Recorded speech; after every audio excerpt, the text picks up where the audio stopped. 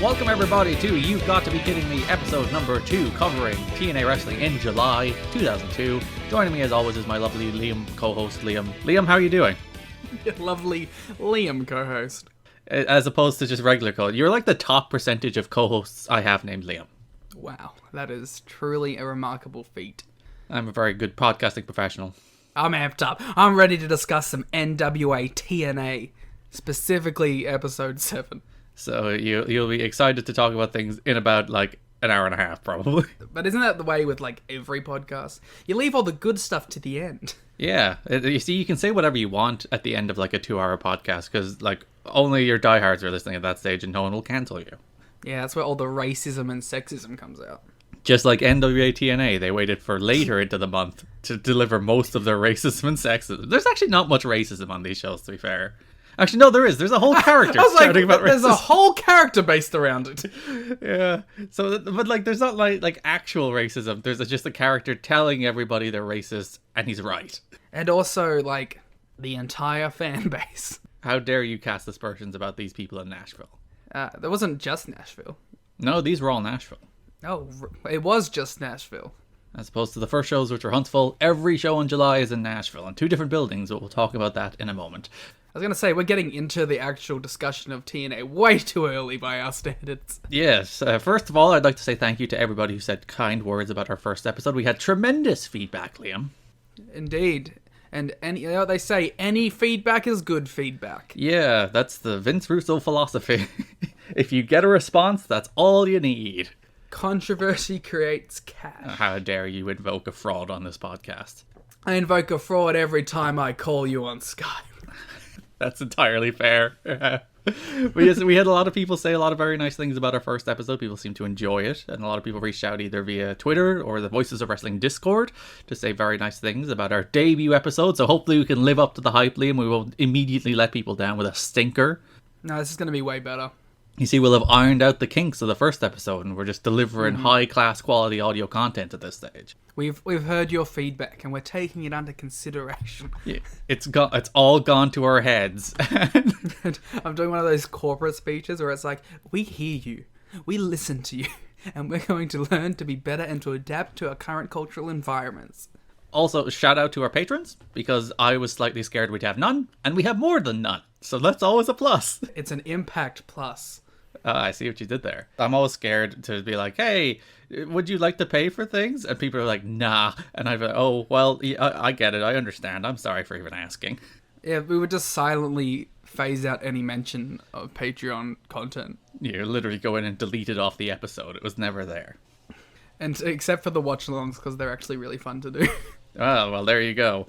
If you would like to support us on Patreon, you can go to patreon.com/kiddingme, where you can get, as Liam mentioned, watch-alongs of a show each month. We watched NWA-TNA pay-per-view number 5? 4? Which one did we watch? 5. We watched 5. 5. 4. I was right originally. Why would I ever doubt myself? I'm always right. Yeah, we watched 4. You can also get written reviews of the shows. You can get our podcast notes. You can get our star rating spreadsheets, plus a second series where we talk about the 2010 Monday Night War. The first episode is up where we're talking about January 4th, 2010, both Raw and Impact, featuring the debut of Hulk Hogan, the return of Bret Hart, so you can listen to that at patreon.com/kiddingme. And thank you to those who did support. Actually, we've gained a new patron since I last checked, so it's even better. Thank you, patrons. I guess this would be the appropriate time to say, like, sign up now? Yes, we would highly recommend sign up earlier in the month, and then you'll get more bang for your buck, to use a Young Bucks reference. Yeah, that's going to be our next series. Every Young Bucks match. Yeah, it's Young Bucks against Eric Young and Shark Boy. Young Bucks against Eric Bischoff. And who was he in that match with? I think it was Abyss. Young Bucks against all of the good wrestlers in TNA, like the Motor City Machine Guns. I don't know about those ones. I just want to see Jeremy Buck versus Max Buck. Oh, a classic 4-minute television match. The dream match. Where they kind of hated each other, but then immediately became friends again. Well, ain't that just siblings? Yes, I suppose it is. You know what? You said that as an offhand comment, but I guess that is just siblings. I Oh, you can't. I was nodding then, so like, as if I was like, yes, they can understand that I'm nodding currently to this. Yeah, doing visual bits on podcasts is always ideal. I think it helps portray the feeling that I'm trying to express. So yes, we are covering July 2002, so that's NWA-TNA's pay-per-views 3 through 7. There's 5 shows this month, as Liam was aghast to find out. Why? Why is there 5 in 1 month? That's the way the calendar fell, buddy. There were 5 Wednesdays in July. It's unfortunate for everyone. So we'll be covering all 5 of those pay-per-views and the broader themes coming out of them, starting with, Liam, the official hiring of Vince Russo. Yay! You can tell too. Like obviously he had his fingerprints on the early episodes because he was like chipping in ideas and he was Jarrett's phone buddy. But like he's on board starting as of I think it's July 10th, and you can tell. You can certainly tell. I was gonna say that makes sense because the first July pay-per-view was kind of absent of bullshit. And even the second one, which by all accounts he had very little input on, number 4, and it's from 5 on that he starts having input. And 4 is probably the best of the bunch. It's the one we did the watch along. It's actually a very fun show, top to bottom. And then the bullshit starts coming in and you're like, yeah, that makes sense. Yeah. It's really funny because you can kind of tell, right? It's like 4, and even I think 5 was like a little bit of it. And then it just kind of shot downhill real quickly. Because the other point we'll talk about, they went broke, but we'll talk about that as well in a second. But Vince Russo he returned to the WWF in late June, and it was very controversial. No one wanted him there, so he returned to WWF. There was rumors that he'd be like taking over Raw and SmackDown, and he'd be head of creative, and that didn't happen. And he was very, very, very quickly downgraded to just a consultant, where he would just chip in ideas and he would consult and he would read the scripts and he would watch the shows and then like critique them and offer notes while sitting at home. So he wasn't much a fan of that. So like what everyone else does for free on Twitter. Legitimately, it seems like a very good gig because Jerry Jarrett wrote in his book, Jeff called and advised that Vince Russo had declined his deal with WWE and come to work for us. WWE was offering him $125,000 per year to stay at home in Atlanta and watch the shows and serve as an advisor. Our offer is $100,000 and come to work full-time in Hendersonville. That's still so much money for fucking Vince Russo. I know, especially when you consider this company is broke, which again we'll get into in a second. But this company is out of money, and they're like $100,000 for Vince Russo. That makes sense, right? I mean, yeah. But it's very funny that he returned to WWF and was immediately gone. It was like he was there for a week. He went to the offices like twice. Then he went home and he went back to TNA. It's kind of like, you know, the blueprint for the TNA-WWE relationship moving forward, huh? And it's quite interesting that there was a note on the website that Jerry Jarrett basically had to justify this hire because no one wanted Vince Russo there. Jerry Jarrett mentioned in his book that like reaction to Vince Russo being hired was 95% negative. So like there's a whole paragraph on the website. It's like, look, Vince Russo, he did well in the WWF. And he did badly in WCW. But I talked to JJ Dillon and I know why WCW went badly. So I understand it. And he deserves a shot. He's had 1 win and 1 loss, but the loss wasn't his fault. And I don't think Jerry actually believed this. If you read his book, I don't think he ever liked Vince Russo. I think he was hiring Jeff's friend. But fair play to him for getting out there and trying to make people not hate it. Are Jeff and Vince still cool with each other? Yeah. McMahon or Russo? Russo. Yeah, Russo. Yeah, McMahon, not so much. Well, they're obviously cool enough to the fact that they employ him. Well, yeah, they're cool now, but it took a good, 15 years. How can you be friends with Vince Russo? Especially, if you've employed him in any way. Well, because when they worked together in WCW, Vince pushed him. So that does foster friendship. Yeah, sure. But then he had, 10 years of bad. So maybe that outweighs it, huh? Well, this wasn't in the 10 years of bad yet, though. This was only a year after WCW. That's what I'm saying now, 2021. Jeff Jarrett, Vince Russo. Oh, do you think they're still pals now? I don't know. Yeah. I guess they're probably still friends. There's nothing that would make them not friendly. Besides the decade of terrible booking. Yeah, but, I don't think Jeff is our friendship is over because he writes shitty angles. I don't know. I would end my friendships if they wrote shitty angles. It's like, how dare you be bad at creative in wrestling? There's other reasons to hate Vince Russo if you listen to all his podcast content, which, God forbid, why would you? But says we, podcast all-stars and kings. Yes, we are the arbitrators of good and bad podcasts. But Jeff Jarrett's like, you booked Jenna Maraska against Charmel. Friendship ended. Yeah, I mean, that would have been the last straw for me, sure. That's the point at which you will never talk to anybody again. Because everyone would have booked that match. We have Vinny Roo in the fold officially full-time. Another part of the reason Jerry Jarrett was okay with hiring him is, by all accounts, Jerry Jarrett was working very long days writing these shows. And he's like, I can't produce all these pre-tapes. I can't write all these shows. I do need extra help.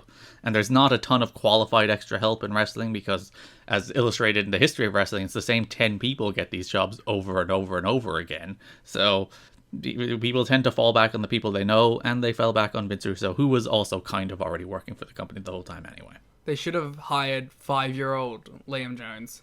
Oh yeah, and he can... What would you have booked for TNA? You probably would have still been high on Malice. Yeah, well, as a kid, obviously, yeah. 5-year-old Liam, really into colors, so probably... Rainbow Express! The Rainbow Express on top, yeah. And Jeff Jarrett with these very colourful pants. Oh yeah, it was his blue combos, and I can't remember any other colours he wore in these shows other than the blue one, but I'm sure he wore other ones. I think he wore black, so that kind of falls out part. But I imagine very quickly he would have learnt what appeals to the Book of Man, so... Were you watching wrestling when you were 5? See, as I've mentioned before on other less successful podcasts of ours, I don't remember, like, my specific beginnings in wrestling. I kind of just always knew about it. But if I had to think of like some of the earliest things I ever saw, probably would have been a couple years after this at this point. Like I have very vivid memories of early Victoria Stevie Richards stuff. Oh, of course. Which would have been 03? Yeah, so maybe just before I had started paying any attention. I could probably work it out via seeing when things started airing here and when, but yeah, I don't really know. I remember as a kid I went to a wrestling show very, very young. So actually, no, I probably knew what wrestling was, but maybe not what WWE was. Because I don't think I started watching wrestling until I was like 7-ish. Because the show I remember most vividly is SummerSlam 2000 as my earliest show, but I would have watched stuff before that. Because I remember Steve Blackman against Shane McMahon and Shane McMahon falling off stages. And I remember TLC. Or was it TLC? Yeah, it would have been TLC at that stage. So that's like the earliest I remember actively engaging with wrestling. But I'm sure I watched bits and bobs before that. You know, it's going to be really funny. What? 20 years from now when these kids have podcasts and they're like, I remember the first thing I saw in wrestling was The Fiend and the Fiendess. No! And I was hooked from the beginning. No! It's like the Alicia against Melina Fox Tough Enough contestant, but it's going to be everybody. Yeah, but like, you know, everyone gets into it at a certain point, I suppose. It's going to be really interesting seeing the kids who see stuff like AEW for their first experience. Good wrestling, yes. Yeah, it's going to be like, that's going to be like, we all think of the immediate reactions to having a major wrestling company again, right? That isn't shit. But we don't think about the long-term repercussions of this, right? So it's going to be really interesting to see what those fans end up turning into down the track. Because maybe like not my generation, well, not my generation because I was born in 97. So I guess like kids who were like 10 in 97, right? They would have seen more WCW than WWF here. WCW was bigger here. So they would have been big fans of Goldberg, but not Steve Austin. Probably because WCW toured here more. And if you ever talk to the older generation about wrestling, especially in Australia, that they will more often than not bring up WCW as like their point of reference than they will WWF. That makes sense. Why they all do spears? Do they all do spears, Liam? Does everyone do a spear? I think everyone who's into wrestling does a spear because it's the easiest thing to do and it's dope. To be fair, if you're thinking about influence, is WCW more influential than WWF in general?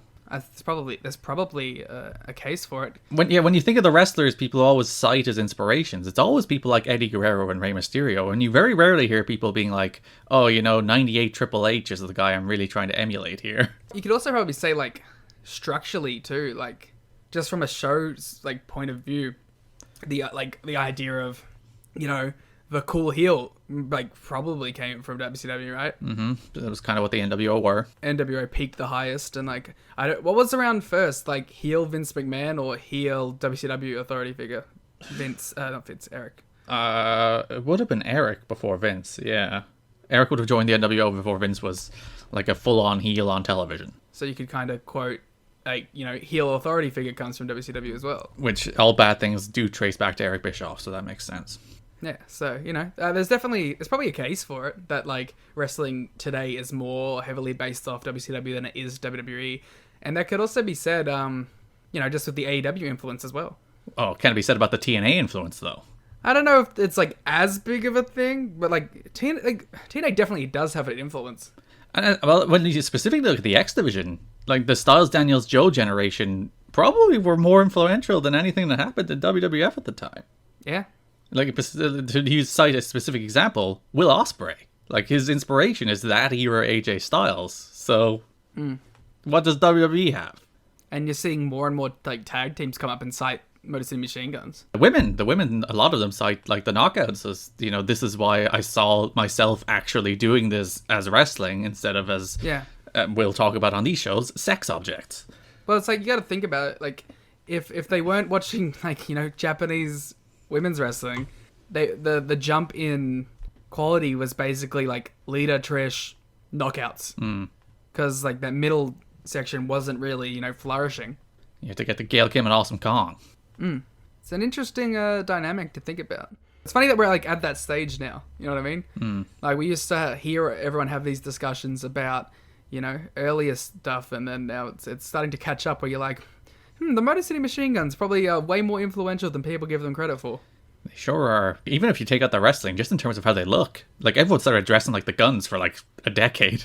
Everyone bites off AJ and everyone bites off the Guns. Like, look-wise. People who bring back the AJ Styles like 02 to 05 look. The problem is, like, everyone jumped on the long tights AJ stuff. I know. Everyone wears AJ tights these days. And I don't like the AJ tights that much. Well, especially his modern tights. I like his like 09 tights. Those are cool. I liked his tights for the most part up until like mid WWE stuff. Like, his later WWE stuff is like pretty bad, but like SmackDown Revival era AJ, sure. So Vince Russo's back, as we were talking about. All that comes with Vince Russo is also back, as we'll also talk about when we start talking about these shows. The other big talking point coming out of July 2002, before we get into talking show by show, is the fact that the company basically went broke. So they thought they were getting like 80,000 pay-per-view buys. The first show, they thought they did 80,000. They needed to do 50. That would have been a runaway success, making tons of money. Everything is fine. Like, but WWE were like leaking out to the world. It's like, there's not a hope they're getting 80,000. Like, not a solitary hope in hell that 80,000 people bought that show. Our sources are telling us it's closer to 18,000, which would have been dramatically below what they needed. And it turns out WWE were right. Because there was an employee for TNA named Jay Hassman, who was basically their pay-per-view relations and marketing guy. So he would talk to In Demand, he would talk to all the pay-per-view companies and ensure that, you know, everything's running smoothly, they'd get all the promotional material, that all the deals were made, that, you know, TNA aired on the right night with the right content, and it went like, all that went smoothly. That was his job. Turns out, he wasn't doing it. Damn it, Hassman.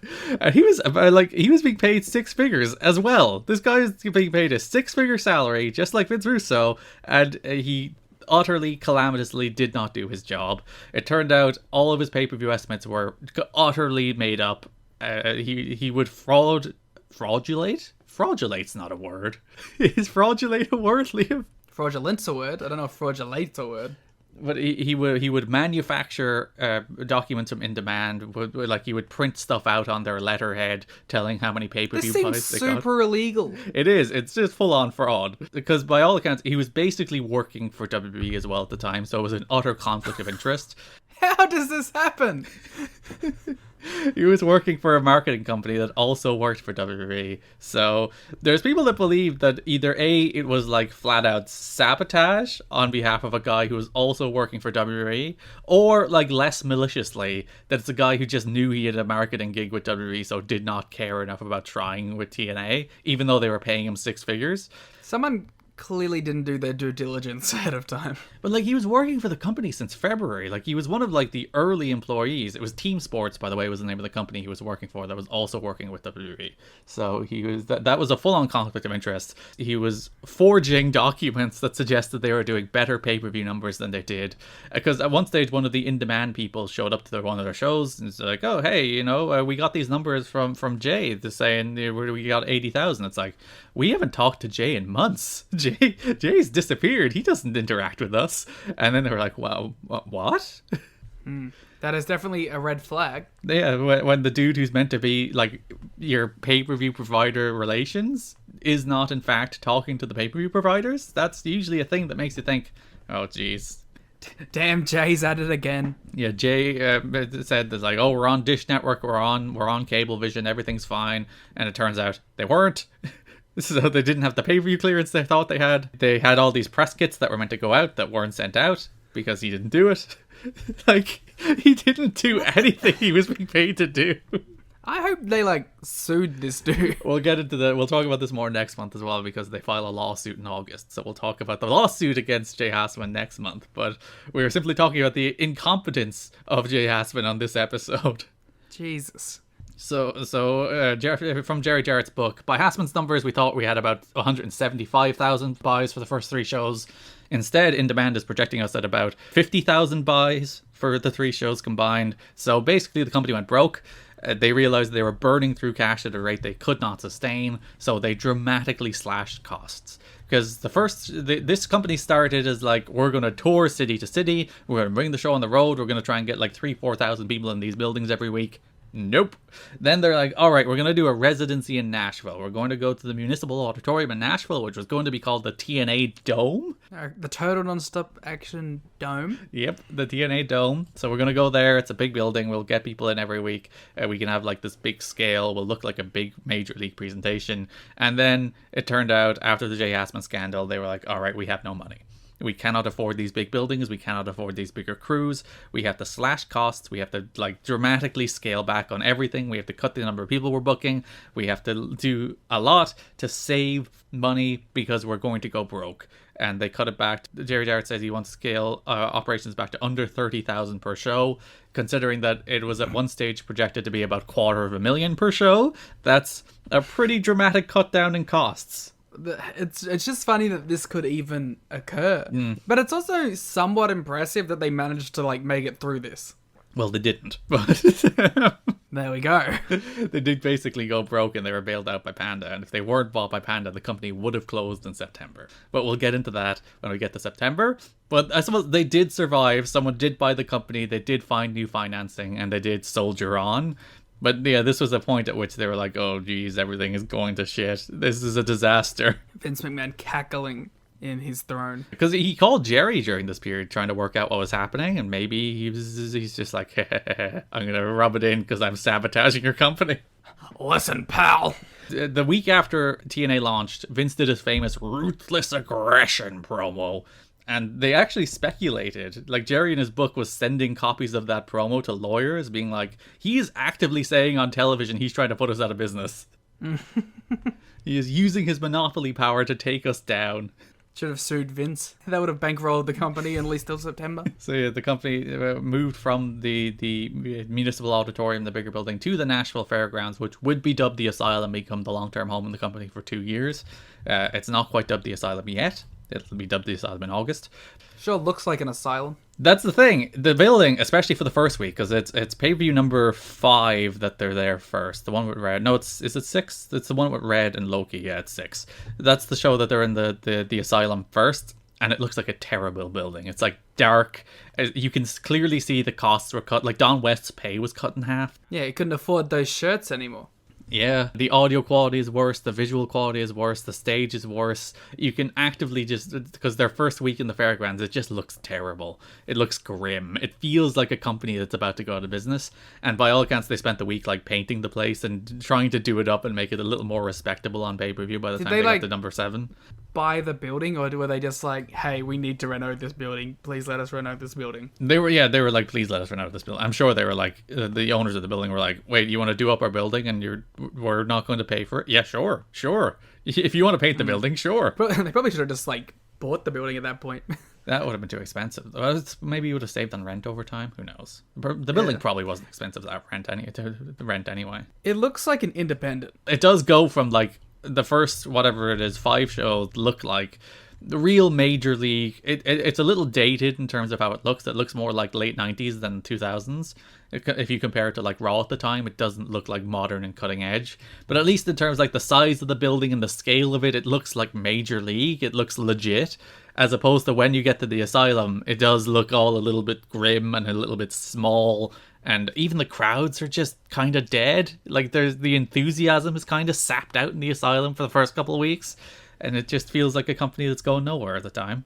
It looks like it wouldn't have been completely out of the realm of possibility for like Ring of Honor or CZW to run this exact building. Mm-hmm. It probably would have looked like the lighting is probably above like Ring of Honor level, but just the visual aesthetic, not so much. So yeah, Jay Hassman screwed the company over. And I think the worst thing that happened, if you read an interview with the PW Torch, where Jerry Jarrett, it might be denial, it might be like delusion, but they kind of see this as a moment of false hope, where it's like, we were doing none of the marketing and promotions and we had none of the clearances we thought we had.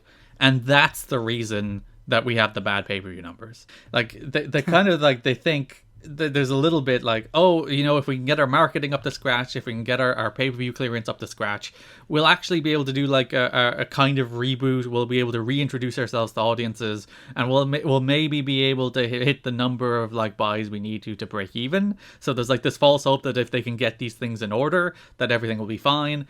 And I think if you watch these shows, if you see the decline in attendance from the Huntsville shows to the Nashville shows to the Asylum shows, you can see that it's a company that's not hot whatsoever. It's a company that just did not find an audience at the beginning. And they maybe have some false hope that if they can get these things in order, they might find that audience. Do you think if they had have had all their ducks in a row ahead of that first episode, they would have come up with like a much stronger start, and that would have sustained them to a longer extent? But they would have probably made more money. Like, that first show probably would have been more successful. They would have been better marketed. More people would have bought it. But then I asked myself the question, would the people who then bought that first pay-per-view continue to buy the pay-per-views based on what they saw? And my answer would still probably be no. I was also thinking, as I was watching these shows, do you think a more modern subscription-based payment schedule would have helped? Oh, 100%. If this company launched in 2015 and was just on streaming with $9.99 a month, it would have been a much like better financial investment, or for fans at least. You know, it's $10 a month for 4 shows, and we can subscribe, and that's what sustains a ton of indies these days. That model, that's what sustains WWE. How much were these pay-per-views at the time? $9.99. So that's the saying. Like, if this had have launched 2002, $10 a month, you get 4 shows. Well, in 2002, the technology wasn't there to do that, but yes. I suppose there's no way to actually initiate reoccurring payments, is there? Well, I'm interested. Like, I don't think they ever did like a season pass, or maybe they did. Maybe they did like, I think they did do some like bulk buys. You can get some for cheaper or some stuff like that. Yeah, so that's what like seems like the natural progression of this to me, is like if we're not getting the buys that we want weekly, we might be able to increase that by offering us a price point. Well, what they did start doing was they started looking into trying to get some kind of syndicated television show as promotion. They did end up finding it. It's what turned into Explosion. But they started looking for more of a marketing vehicle for it, as opposed to trying to cut the price of the shows or do like mass discounts or something like that. Like, I'm not sure what the pay-per-view technology was at the time, that you could probably bulk buy a number of shows at once, but it's probably not sophisticated enough that you could be like, all right, you can pay $9.99 per show, or you can give us $100 a year, and you'll get all our shows. You'll get 52 shows for the price of 10, basically. I think a lot of people get their money in these like sort of month-by-month systems by people who forget, and they just have reoccurring payments. That's basically the backbone of all of streaming, yes.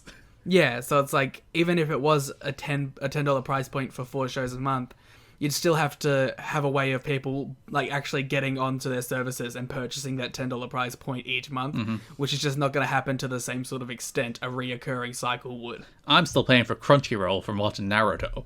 That's what I'm saying. We're bringing it back. We're freaking paying for Crunchyroll for a year, and we haven't watched a single episode of Naruto, Liam. Soon to the Patreon. The Naruto watch along.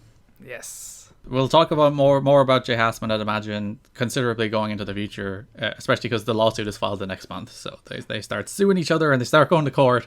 Jay Hassman tanked TNA. The first major heel. The reason it could work is because, like, pay-per-view numbers are famously slow to come in.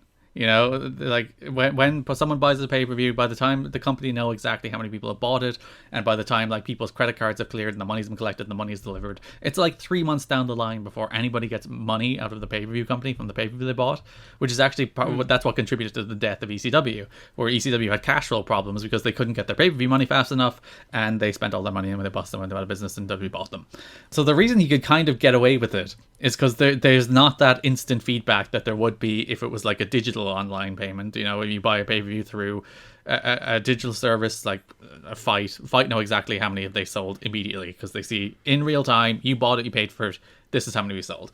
As opposed to here, it's like 3 months down the line before they have like firm figures about how many people bought these shows. So Hassman could kind of give them like, you know, these are our estimates, these are our early like projections, and he could spoof and get away with it. And that's why it took the best part of a month to find out he was making shit up, because this information does come in slowly. So his fraud at least was built on, you know, firm foundations that he could get away with it for a while. It was built on a flawed system. Yeah, he exploited the system. That's how most, white collar crime happens, though, isn't it? Yeah, and you could argue they probably should have like worked it out earlier, and maybe but like, you know, you have a guy who you're employing who's telling you that, yeah, you're paying a guy 6 figures a year, you expect him to kind of deliver on his job. And by all accounts, he was faking emails and he was faking all kinds of stuff from In Demand. So like he was going to lengths to do this. Yeah, it wasn't just like, I'm just gonna like pretend this thing's happening when it isn't. Like, he was actively trying to deceive the company. Yeah, it's like forwarding emails that tell them about the buy rate, and then In Demand were like, we never sent that email. That's not from us. So what can you do at that stage, you know? This is all allegedly. Yes, illegal. Well, we'll talk about what was decided in court over time. Yes, but that's next episode. So for this point, it is alleged and allegedly, and we are all making jokes, and none of this is real. I don't think Jay Hassman cares about TNA anymore. How much do you think Jay Hassman thinks about TNA? What's Jay Hassman up to? I think maybe he needs to recoup those losses and come after our big Patreon bucks. Oh no, we just bragged about all the people who signed up. He knows we've got the money. I know, I just bought my groceries. Yeah, you have to go to patreon.com/kiddingme to finance our legal fund against Jay Hassman. Hassman versus Garrett and Jones. Coming soon. I like the way you use my first name and your last name. Kidney and Jones. I'm like Enya. Just go by Garrett. J and K. So yeah, those are the two like big stories. Companies broke, cutting costs. Pay-per-view numbers aren't what they seemed, and Jay Hassman committing fraud. And Vince Russo's back in the fold officially. So those are the two like headline stories from July 2002. And you know, for a tumultuous outside of the company, the on-air shows sure were stable. Sure were. Let's get into them, starting with NWA-TNA pay-per-view number 3, July 3rd, 2002, from the Municipal Auditorium in Nashville, Tennessee, with about 2,000 people in the building, about 1,100 of which were paid, which is like, 1,100's not a bad crowd. Sure. I mean, yes, but considering what Gleat just did, yes. Very good a number of people. What did Gleat just do? About 1,000. You know, that's a decent number these days, too. There's a pandemic still going on. Exactly. Getting 1,000 people in the door isn't the worst these days. It was a sellout for the allocated seats. So this NWA-TNA show opened with Jim Miller, NWA president, just randomly handing Mike Tenay a trophy and mugging for the camera for a while. It's the thank you Mike Tenay trophy.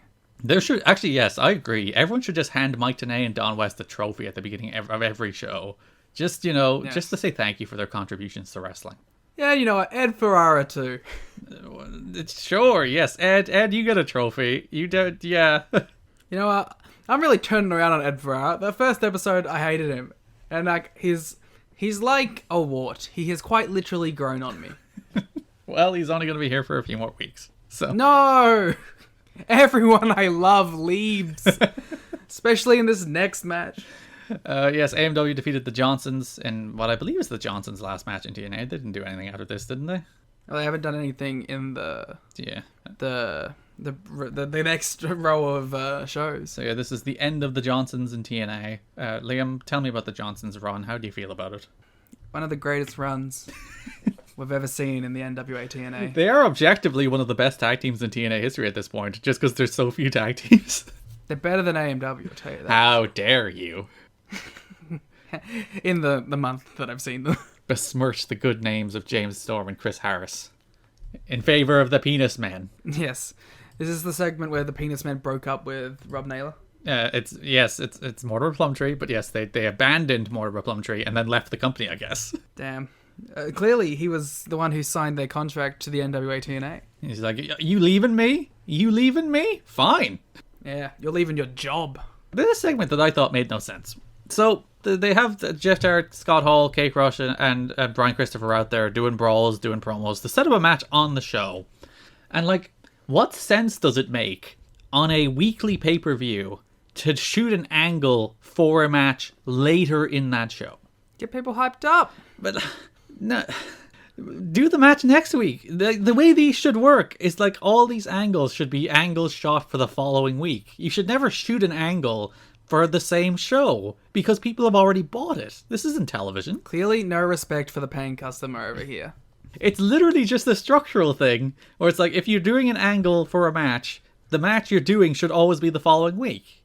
Garrett, like 10 people bought this show. They had to encourage them to stick around. No, they've already got their money. Yeah, but they want to make sure they get their money next week, so they want to give them the best show possible each week. Yeah, and by doing that, you ensure you get their money next week by shooting a hot angle for a match next week, not one this week. A hot angle. Well, this wasn't a hot angle either way, so who cares? Maybe that's why they did it, because they knew this was a dog shit angle, and they're like, fuck it, it's no one's going to buy anything because of it. But my point being, like, when you're thinking about the philosophy of doing pay-per-views every single week, a segment that sets up a main event on that show makes absolutely no sense. Listen, I don't know. I think they were just hoping to get through the show. Which is, yeah, legitimately probably what it was. It's just like, well, we have 10 minutes left. Let's just do an angle with the main eventers. That'll fill out the show. This has got to fill time. Chris Harris and James Storm were attacked. I wonder who did it. It was the Hot Shots, Liam, would you believe? Oh, damn it. I did know that. What a weird, like, setup and reveal where it's like, oh, these big, strong tag team men have been attacked. And then you see it's like, oh, they just mentioned offhand in passing a few weeks later. It's like, oh, yeah, remember when they were attacked? It was the Hot Shots. I'm beginning to think that perhaps it wasn't originally the Hot Shots, and then it was the Hot Shots. It's probably like, we were going to pay for a big tag team to come in and to set up this hot angle with AMW. What's that? We have no pay-per-view buys. I'm sorry, it's the Hot Shots. I wonder if it was going to be an unmasked The Johnsons. No, maybe it was. Maybe they'd snapped. The Shane brothers were coming in. You never want The Johnsons to snap. Pretty uncomfortable anytime that happens. The alpha male Monty Brown made his debut, defeated Anthony Ingram in a squash match. Yep, he has Abyss's music. He does. He has Abyss's music where it's like doo doo doo doo doo. But also there's vocals over it that are like Omega. They're kind of great though. I like the vocal version of the Abyss theme. I insist that it should be Kenny Omega's current Impact theme. Why? The vocals of it are Omega over and over again. It's sitting right there. It should be Kenny's theme. Why? But he's the Alpha. He's not the Omega. Yeah, it's really it doesn't make any sense. It should be Alpha. My favorite part about this match here is that like afterwards, Monty Brown's like, "I'm gonna be NWA champion," and then they never follow up on that at all. Well, he does like interrupt Ken Shamrock later in the show, doesn't he? Yeah, and then they never follow up on that at all. Yeah, he spins off into a feud against Elix Skipper. And then Ron Killings. I don't think the Killings feud even goes anywhere. Yeah, but it's the part in which I'm most caught up to, Garrett. All right. This era of Monty is actually weird because like he doesn't last very long, not to spoil it, but he's around for a while, but they realize he's not quite ready, so they kick him away for like 2 years. But like he's still pretty good. He's still like wrecking fools.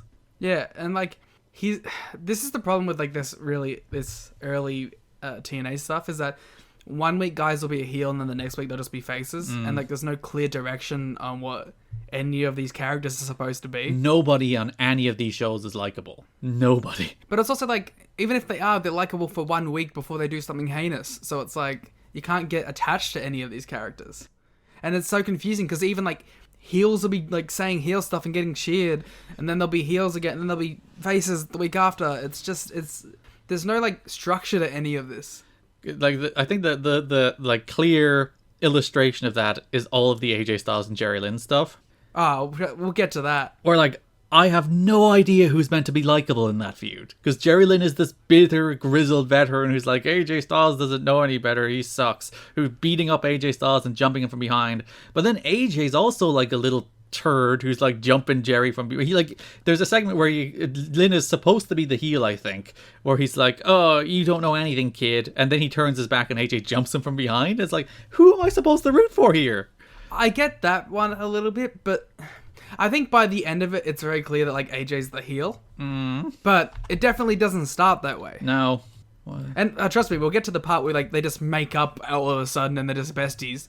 It's very strange. Just all of it is just very, very, very strange. And I think you'll notice that like this dissension in heel and face structure really starts to rear its ugly head around the episode 5 mark. You know, as if perhaps some creative force started to move in. Rainbow Express defeated Apollo and Buff Bagwell. Afterwards, Buff is like, Buff is no longer the stuff. Buff is saying goodbye. Yeah, this was like the Vader, I'm a big fat piece of shit moment. Except in typical fashion, Buff is never seen again. Yeah. Which is like, fine though. It's the ultimate payoff. It's like, Buff is like, you know what? I'm not the stuff anymore. I don't think anybody likes me. I'm going away now. See ya. I'm Marcus. I'm not Buff. And then he just disappears. He's just gone. It's because they gave Sonny Siaki his gimmick like 2 weeks later. That's true. Buff, Sonny Siaki is the true stuff, except when you can't hear him on commentary. Yeah, but it's kind of great. The actual reason Buff left, because he signed a 12-year contract, or 12-year, jeez. Wow, they really invested. It's like Undertaker in 2020. Got to really invest in these young talents. Yeah, we got to keep Buff around. No, he signed a 12-day contract, so he should have been around for a while. But he is apparently just a pain to deal with. Jerry Jarrett writes in his book that he's showing up late to pre-tapes. He's burying the story he's supposed to be part of, and Jerry's just like, nah, you're not coming back. Bye. Do you think Apollo's like real upset that he isn't getting this big Buff program? Oh yeah, he was meant to get the big Buff feud that was meant to really elevate him, but no. That would have really helped Apollo's career. I mean, worked out well for him otherwise. We had another angle to set up a match later in the show, because that makes perfect sense, where Malice beat up Ken Shamrock. Hell yeah! Which, to be fair, I'm on board because it is Malice. Malice absolutely is one of the highlights of all these shows. He just chokeslams dudes. It's so much fun. It's dope. It's all you want from him. It's just a big, tattered motherfucker walking into each one of these segments, chokeslamming people, pyro going off, just good times. Of course, that's set up later. Shamrock fighting against all odds, Liam, to take down the dastardly Malice. Hell yeah. Could he survive? Who knows? Yes. I've seen the shows. Oh, well, you know, then. Sorry. And just to give a little preamble to the next segment, the most charismatic guy on the roster is next? Ah, yes. Todd Stone. Todd Stone showed up. No. Obviously, I'm referring to Puppet. Puppet the Psycho Dwarf. The Psycho Dwarf. Does, in fact, defeat Todd Stone. Then he grabs a kendo stick after the match, and Don West is like, great job, little guy. Offers him a high five, and he hits Don West with the kendo stick. Puppet absolutely rules. But he is like legitimately, you know, there are two, we'll talk about this more later, but there are two badasses on these shows. There's Jeff Jarrett and there's Puppet. Puppet is like the strongest booked person on this show. And I'll tell you right now, one of those badasses bows to the other one, and I'm not going to tell you which one it is. Well, we'll find out which one it is when we talk about NWA-TNA pay-per-view number 7. Yes, which might be the worst show and the best show. So yeah, Puppet defeated Todd Stone. Puppet, he is like legitimately charismatic, and like he sadly passed away last year, which depresses me. Aww. But I'm legitimately upset about that. The two coolest people on these shows are Malice and Puppet, and both of them have sadly passed. God damn. Depressing. But he kicks ass. He just kicks ass. He's a guy who shows up and beats people up and acts like a badass, instead of Jeff Jarrett, who acts like a badass and gets beaten up. And like, obviously, you know, it's not a gimmick that could ever happen in 2021. Nope. And understandably so, right? But like, some of his lines are just so blunt and out there that you can't help but go, oh, when he says them. And, like, it's a recurring theme, but, like, him just saying, I want to see midget blood is so shocking that, like, you sit there and you're just like, oh, puppet. Like, he's legitimately, like, a loose cannon out there. There's Brian Pillman and there's Puppet the Psycho Dwarf. Yeah. Puppet does rule. I love Puppet. He's the best. He's, like, legitimately one of the best things on these shows. Puppet versus Meatball was one of my favorite matches on all of these shows. We'll get to that in the next, or in, what is it, number 5. Francine defeated Taylor Vaughn by DQ. I like the way that the theme song for the women in this company is just like a song that's just like, girls, girls, girls, girls, girls, girls. Yeah. Isn't that Francine's song specifically? Yeah, that's Francine's theme song. I think they reuse it at some stage because Francine doesn't, as always people on these shows, Francine doesn't last much longer. So I think they do dig it up for other people. But yeah, that's the women's Taylor theme song. Vaughn also disappears for a while. Ed Ferrara tried to grope somebody, as he tends to do. He didn't try. Well, yeah, he succeeded. He did succeed in groping Francine. And then, like, didn't Francine, like it? I think so. I don't know. That was the big swerve. There's, like, they're both perverts. The presentation of women on these shows is just so bad. It's so irredeemably terrible.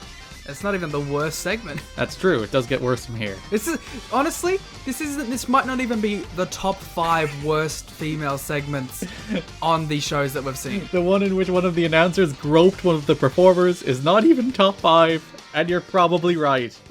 Yeah. Shamrock beat Malice to retain the NWA World Title. Match is fine. Continuing the tradition of Shamrock not getting the main event spot. Yeah, it's very weird how often Shamrock is just a dude in the middle of these shows. With the exception of the Sabu match, I think, is the only one he actually made events. Of course, the first pay-per-view. But otherwise, he's just a dude in the middle of all of these shows. He's not, like, in any way the featured act. It really feels like they had to put it on Ken, but they would have rather not. And, like, when you look at like, it's always Hall and Lawler and K-Crush and Jarrett who are main eventing ahead of him. Why not just put the belt? Just put the belt on Jeff, for God's sake. I think maybe it was the Cody thing, right? Where it's like, we don't want that perception immediately. It was 100, like, that's 100% it. That's like, and maybe, like, they thought Ken, because Ken's kind of a dud through these shows. Ken kind of sucks. He's just boring.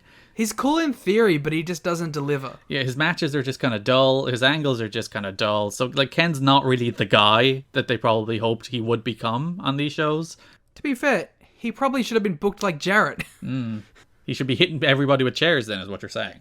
Yes, that's objectively cool. AJ Styles and Jerry Lynn defeated... Oh, no, Styles had 2 matches. Styles retained the X Division title against David Young in a nice little match. We get the top rope Styles clash. Yeah, top rope Styles clashes against David Young of all people, but sure. Go for it, AJ. But I think it's cool that we're like establishing that AJ is this dynamic performer that can win matches from literally anywhere in the ring. And like it's weird that like the spiral tap was his main finish these days. Like the Styles clash was more of his secondary finish. It's weird. It's interesting how that flipped. Mostly because the spiral tap probably killed him. It's because he's like, I can't do this every week. It's just like my back.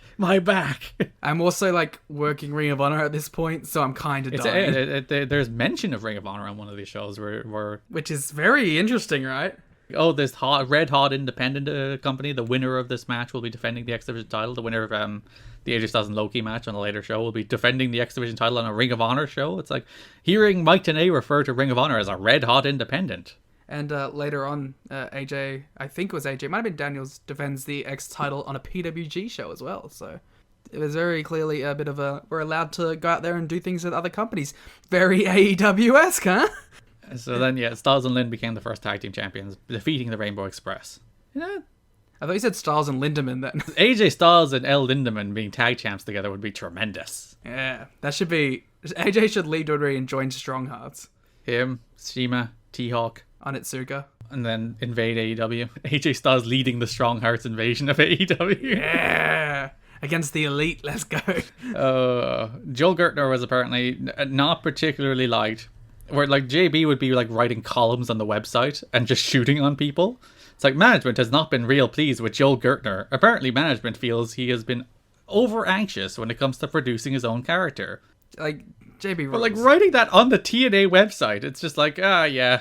That's cool, though. We're letting you inside. We're showing you all the shooting stuff. Yeah, well, it really shows like how much of the TNA lore and the TNA I don't know, perception was there from the beginning. It's just chaos. It's total chaos. This company was unapologetically TNA from the beginning. Like, literally the very beginning. It's almost respectable, though, isn't it? It's like, you guys just, you were this thing, and you never grew out of being this thing. And you somehow managed to be there until the day that I am talking right now. Fair play.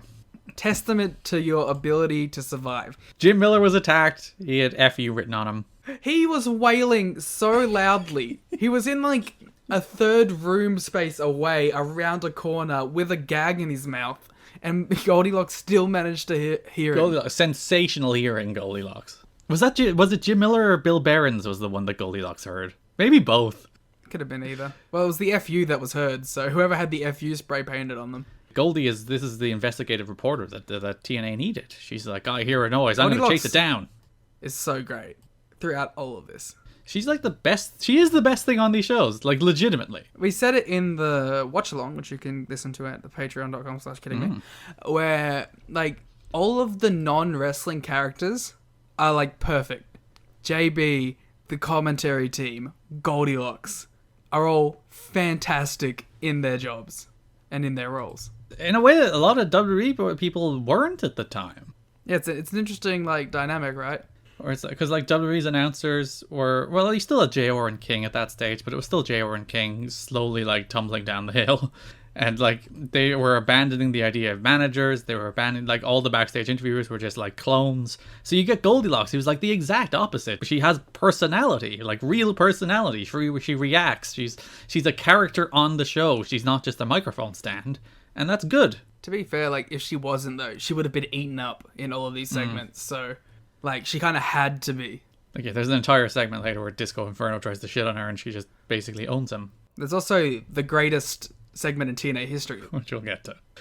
Jarrett and K-Crush defeated Lawler and Hall in the main event. Then Lawler turned heel on Hall. He abandoned him at ringside. Tag teams just cannot get along. And then Jarrett transformed into Stone Cold Jeff Jarrett and hit everybody with chairs and beat the shit out of EMTs and pushed Scott Hall off of stretchers and went full Stone Cold. How is this not like the biggest star in the world? How like he's just doing Stone Cold.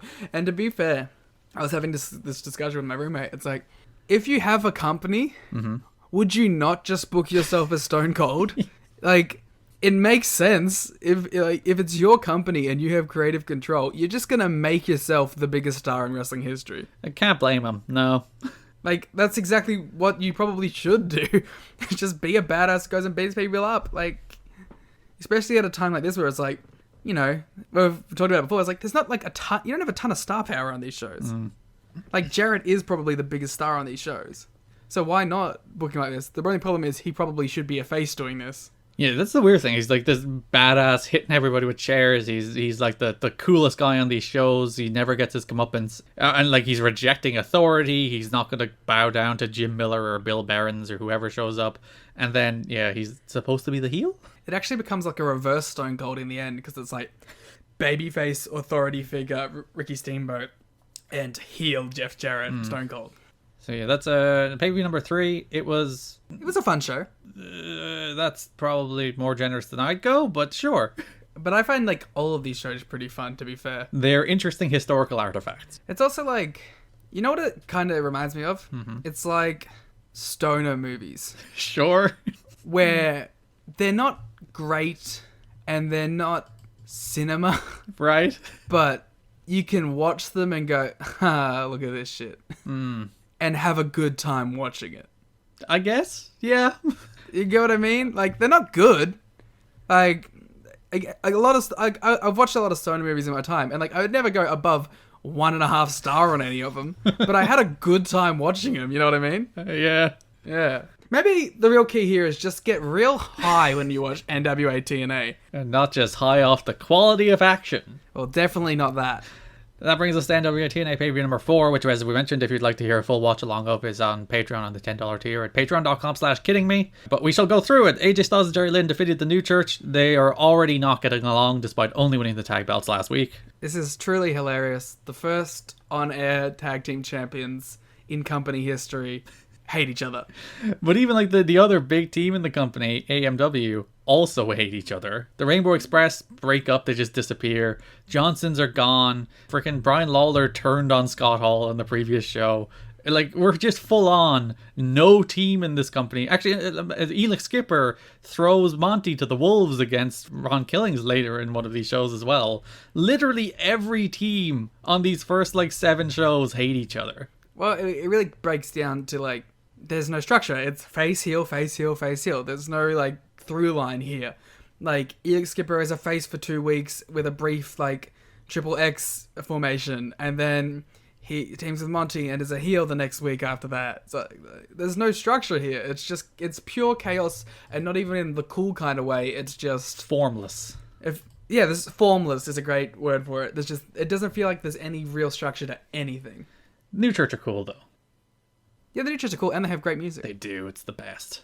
The one thing I do appreciate about these weekly pay-per-views is because it is a pay-per-view, most weeks you'll get at least a couple title defenses, which is again, very AEW. It really, the comparisons are so apt. It's just one is a good wrestling show on top of it. As opposed to one having Francine against Taylor Vaughn. Yeah.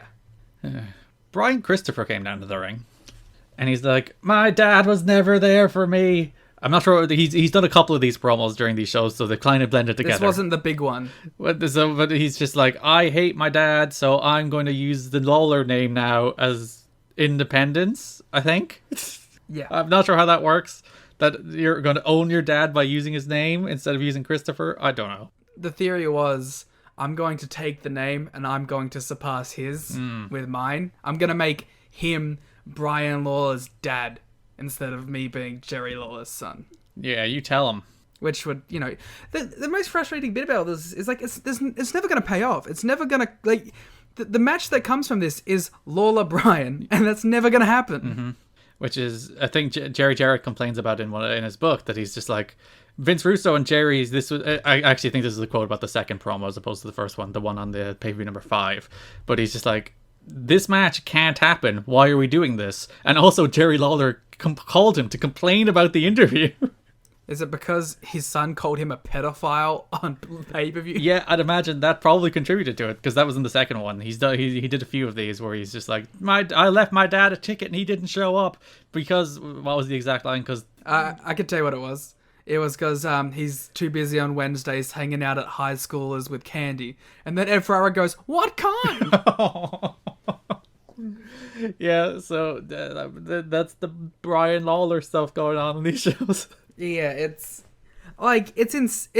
interesting to watch a breakdown like this, but again, there's no payoff to it. Yeah, you can never do the Brian Lawler against Jerry Lawler match. And to be fair, Brian is getting some really good heat off of this. The crowd are super into chanting Jerry's kid, yeah. Yeah, and there's nowhere for it to go, unfortunately. Or maybe fortunately, because who knows, if Jerry was in this company, how it would all go.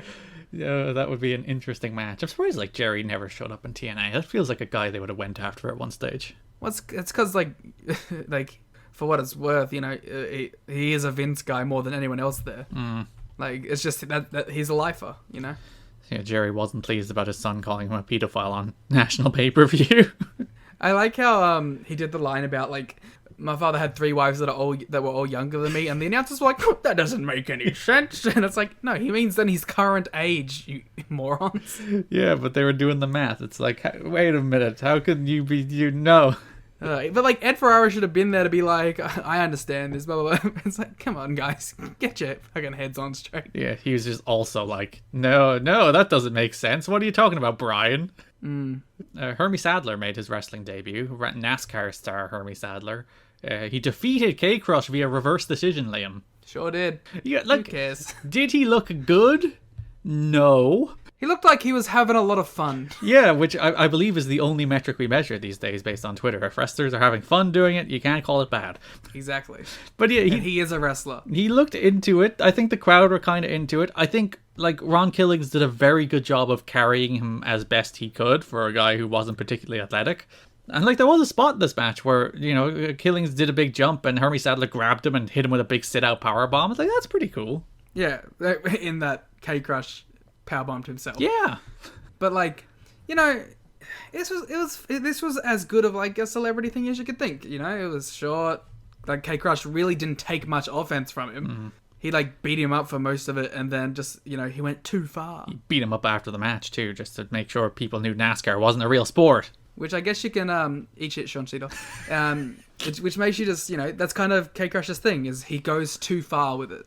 Even if he's right, which we'll talk about with his later promos. Yeah, I really didn't mind this as a celebrity segment. So Takawa Mori was there. He was doing his Hindu squats before Alicia Webb, the former Ryan Shamrock, shows up and gets money from him. Yep. Which, sure. Mori had an eventful trip down south. Do you think he even knew what was happening? It's like, we're not going to explain this to you. Just hand money to this woman. We're not. No, he'd understand the implication, even if. I think he would have definitely understood the implication. But like, the other two made sense, right? Like, Alicia did it in public to embarrass them. But like, this was just backstage. Could he have not handed her the money earlier? He was just trying to do his Hindu squats. How dare she interrupt his Hindu squats? I wonder if like he got ribbed for this when he went back. Like, it was back. Well, he was in Noah at this point, right? Yep. I wonder if like he went back and like the boys in Noah are like handing him money backstage while doing Hindu squats or something. Do you think TNA pay-per-view spread that far? Because like I would definitely do that to somebody. I think no matter what like it takes, I think the ability to rib the boys travels internationally. Briscoes had a match with the Hot Shots before Malice killed everybody. Holy shit! The Briscoes! Yes, Jay and Mark Briscoe, very young looking, wee lads. Absolute babbies. In one of their 2 televised matches. They also had a dark match later, or on one of these other shows. So you have one more Briscoes TNA match to look forward to, Liam. Hell yeah. Bizarre to see them in a TNA ring. People, like, that's the thing. Literally everybody, not literally everybody, but pretty much literally everybody came through the doors of TNA wrestling at one stage or another, which is what makes these shows kind of fun. It's like silly to be like, you know, Jasmine St. Clair shows up and does these things and then disappears. Or Buff Bagwell does this angle where he drops the name Buff and then disappears. And Joe Gertner is managing the Rainbow Express but then disappears. And like, it's kind of frustrating in that regard that like they set up all these angles that just go absolutely nowhere because the people involved just disappear. But also, it does add like a fun variety to the show that you just get like the Briscoes showing up for a week or two. You don't get enough chance to get sick of people. For the most part. I feel like I'm going to get real sick of Disco Inferno. But for the most part, you know, they're not around enough to actually get sick of these people, which is kind of a fun touch, I guess. And like, there is a core there. There is like the Styles and the Lynns and the Halls and the Jarretts that are on all of these shows, and the Storms and the Harrises. And the Duffs. And the Duffs, of course, who are surprisingly on all of these shows. And then you do just get the people that pop in and out and just do angles that go nowhere, but they're fun in the moment, so who cares? Yeah. Malice hits a chokeslam on Jay Briscoe here, where there's like an explosive sound when he hits the ring that sounds absolutely amazing. And I was very upset to find out that it's a work, Liam. I've been worked. It wasn't just a happy coincidence based on like microphones and where he hit him in the ring or some nonsense like that. They expressly set off a pyro sound effect to make the chokeslam sound better. So I have been Got worked. a hell of a reaction from the crowd. Yeah, because it sounded amazing. Yeah. More companies should do this. Especially if you can find a way to make it a little more subtle in our 2021s. Which, based on the technology WWE uses for the Thunderdome, I have faith in their subtlety. I'm sure that is a very cool and relevant joke that I just don't understand. I'm burying how their crowd noise sounds like the fakest thing imaginable. It's the worst. Let's just move on then. Fine. I'm sorry, I can't. I don't really have a point of comparison. I don't watch anything from the main roster. How dare you not? You've seen the Capitol Wrestling Center. It's the same thing. Yeah, but they actually have people there, I guess. Well, they do now, but they didn't when we watch NXT. So I erased that from my mind almost immediately after it happened. The Duffs were taking turns with Fluff. I think that was the entire point of the segment. Why'd you have to phrase it like that? That's what was happening on the screen, Liam. I'm only simply reciting what was happening on the screen. And I will recite the same things I said as our watch along, but I think it's very clear that like Bowed Up and Fluffed Up like must be an item or something because he goes right in on it. Yeah. But like old Stand Up is very cautious with where he places hands and faces and such to not make any contact inappropriately. Maybe we are simply telling the story that Stand Up is the more like passive and the more anxious of the two, as opposed to Bowed Up, who is the more confident. Are you aware of this little segment later on with Goldilocks? He's just simply commenting on how nice Goldilocks looks, and there is so... Why are all these shows so bad? Speaking of bad, Jasmine St. Clair shows up, the girlfriend of the Blue Meanie, noted porn star, and she gives JB a lap dance. The Blue Meanie is a noted porn star? JB is a porn star, yes. Ah. Would you watch a porn movie featuring JB? Would you watch JB do porn? No. Do you want to see JB do I would porn? not. I would not watch JB. I would watch the Blue Meanie, however. Blue Me, I wonder did he do porn with Jasmine St. Clair? Were they actually a thing, or was this just a bit for the shows? I'm pretty sure they were actually a thing at the time, yeah. He does look like a sleazy porn director when he shows up. And in typical wrestling fashion, he was the one who trained her to wrestle. So Fun. she gives JB a lap dance. Bill Behrens comes out to try to stop him, which in one of my favorite bits, Ed Ferrara jumps off the announce desk and spears Bill Behrens out of his shoes. Go! Like he becomes Bill Goldberg all of a sudden to take down Bill Behrens to stop him from covering up Jasmine St. Clair. He fails, but he tried. It's truly one of our best reactions as we were watching as well. Like, I love that there's like a camaraderie between JB and Ferrara building. Yeah. Over perversion. They're both filthy perverts who want women to expose themselves. Like, as Ed was walking back to the commentary table, he was like putting like a reassuring hand on JB's shoulder before he went. I love the little bromance that they have developed. So at least something good comes out of these segments. A friendship was born, Liam, and isn't that all that matters? Yeah. Elvis has beat the Dups. Sure did. Most notable for Siaki being above the whole Elvis thing, and Estrada doing most of the match, and then Siaki comes in and wins. Yeah, it's a good bit. I enjoy Siaki. He is thoroughly obnoxious, except when they forget to turn his microphone on at the desk, of course, which happened twice. I have become a big fan of Siaki throughout these episodes, I will say that. After they had dissension earlier in the show, Jerry Lynn attacked AJ Styles in the roller coaster ride of emotions that becomes their story. Hell of a beatdown. And he pile drives him on a box. And it looks great. And he did that whip into the rail that AJ did a flip bump for. Yeah, good stuff. That's top notch. AJ almost spiked himself on the roll too. As AJ is wont to do, overcommitting to things that he really could just take a regular bump for. Shamrock and Amori went to a no contest, which, fun fact, Shamrock was meant to beat Amori until Noah found out. Noah's like, no, he's not losing. So they went to a no contest instead. Why even bring him in at that point?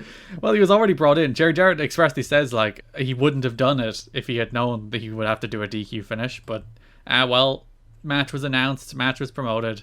Shit happens. I like Amore. Yeah, like, this match is kind of good for a while. They, like, the first, 2 minutes of this match is good before they settle into doing nothing. Yeah. We're saying, again, on the watch along, I hate to keep going back to Patreon.com/kidding me, Liam. It is our first thoughts on this, so it makes sense. They probably should have done some sort of squash a week before or something, because they were taping 2 at a time at this point. Well, they did do the segment earlier in the show where Amori saved. Yeah, but it wasn't enough. Yeah. Because the crowd did not give a shit. Yeah. So it's I feel like if you had have given him a big squash over someone before this match, it would have got a little more heat on it. The Amori came through Harley Race. That was the connection to Noah. Harley Race has long had connections to Noah, sending some of his trainees over there. Harley Race, I believe, was also the initial relationship that got Kenny signed to the WWF. Oh, betrayal. That was relevant because Kenny went there to go to Japan, but then got picked up by WWF instead. That was the relevance to the Japan connection. It wasn't just a random Harley Race fact that I knew. Listen, I'm here for random Harley Race facts that you know if you know them. Harley Race was in that one Australian match that I watched that I talked about. Oh, very good.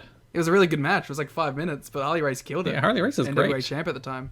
Yeah, that's one of the few Harley Race matches I've seen from his NWA run. So that main event, Skipper, Daniels, Kid Romeo, Tony Mamaluke, and Jerry Lynn lost to Low-Ki as Low-Ki became number one contender before the Flying Elvises attacked and laid out Triple X before X Division people made the save. This is Daniels making his TNA debut, of course, so that's at least historically notable.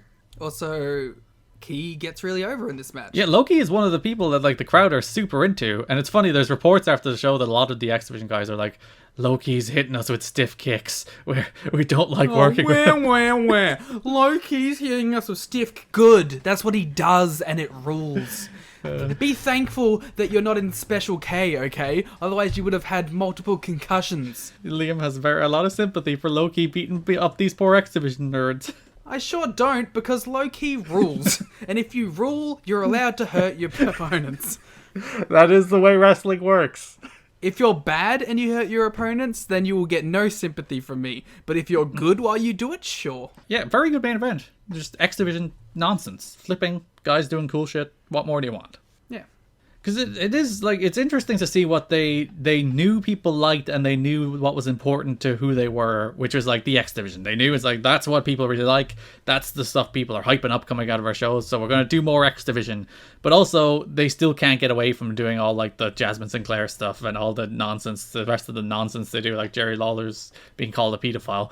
And it's very weird to see them like work this out in real time, and it is the conflicting, like the Russo sensibilities versus the Jerry Jarrett sensibilities versus the Jeff Jarrett sensibilities, all kind of melding into this weird hodgepodge of an identityless product that doesn't really make much cohesive sense. But they do know the X Division's a big deal, so they're like, yeah, X Division, good. There was talk afterwards, by the way, of having James Mitchell manage Christopher Daniels as part of the new church. You mentioned that on the watch along, so this is a carry forward thing. That was a thing they considered, but obviously didn't do.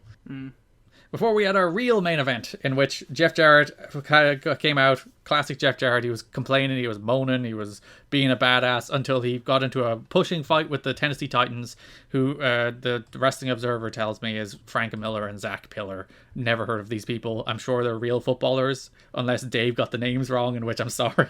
But those were the Tennessee Titans that were fighting with Jeff Jarrett, and by all accounts this segment was not supposed to go as it went.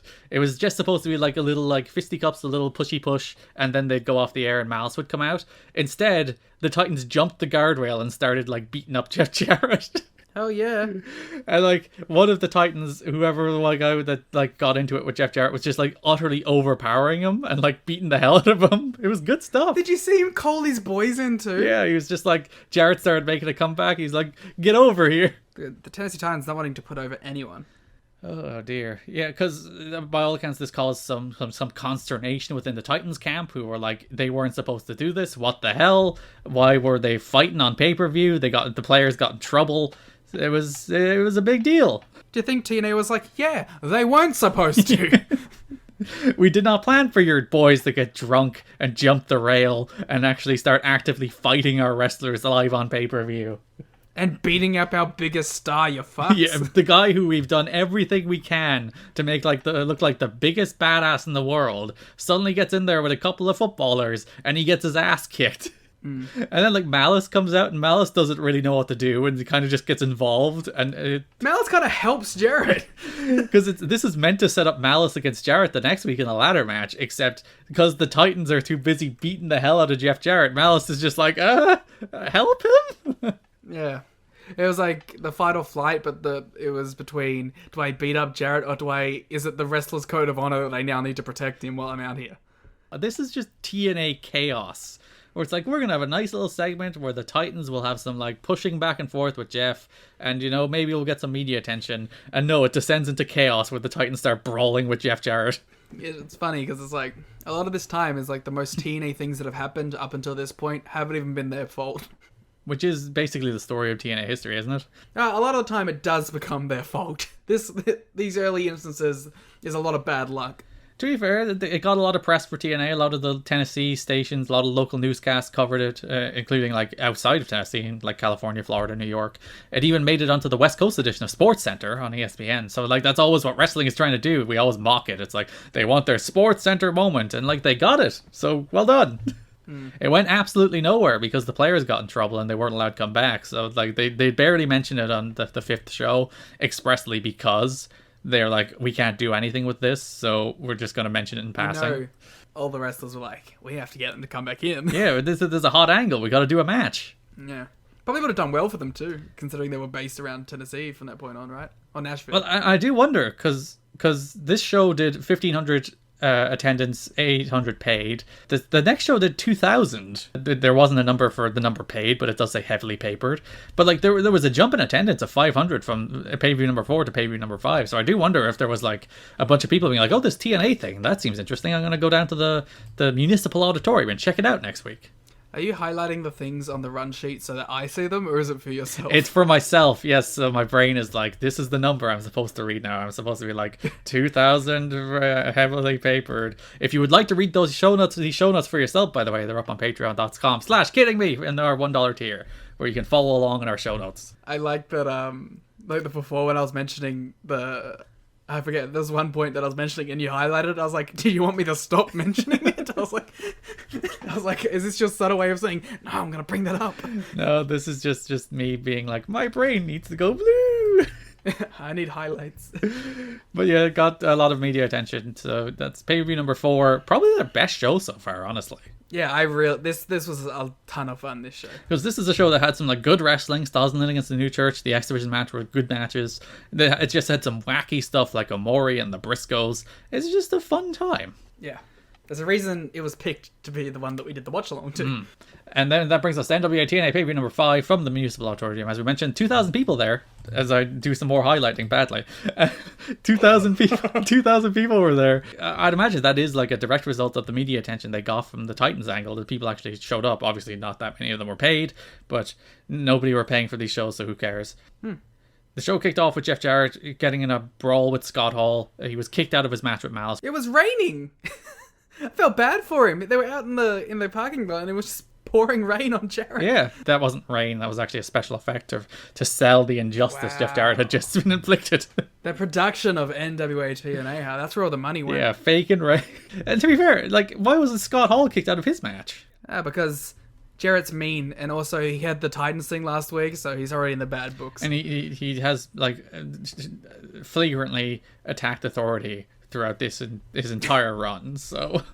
Multiple times. And he will continue to do so later on the show. But it brings us to our opening contest in which Sabu made his TNA debut, replacing Jeff Jarrett in a ladder match against Malice. Sabu is a star, Liam. This is such a Liam moment.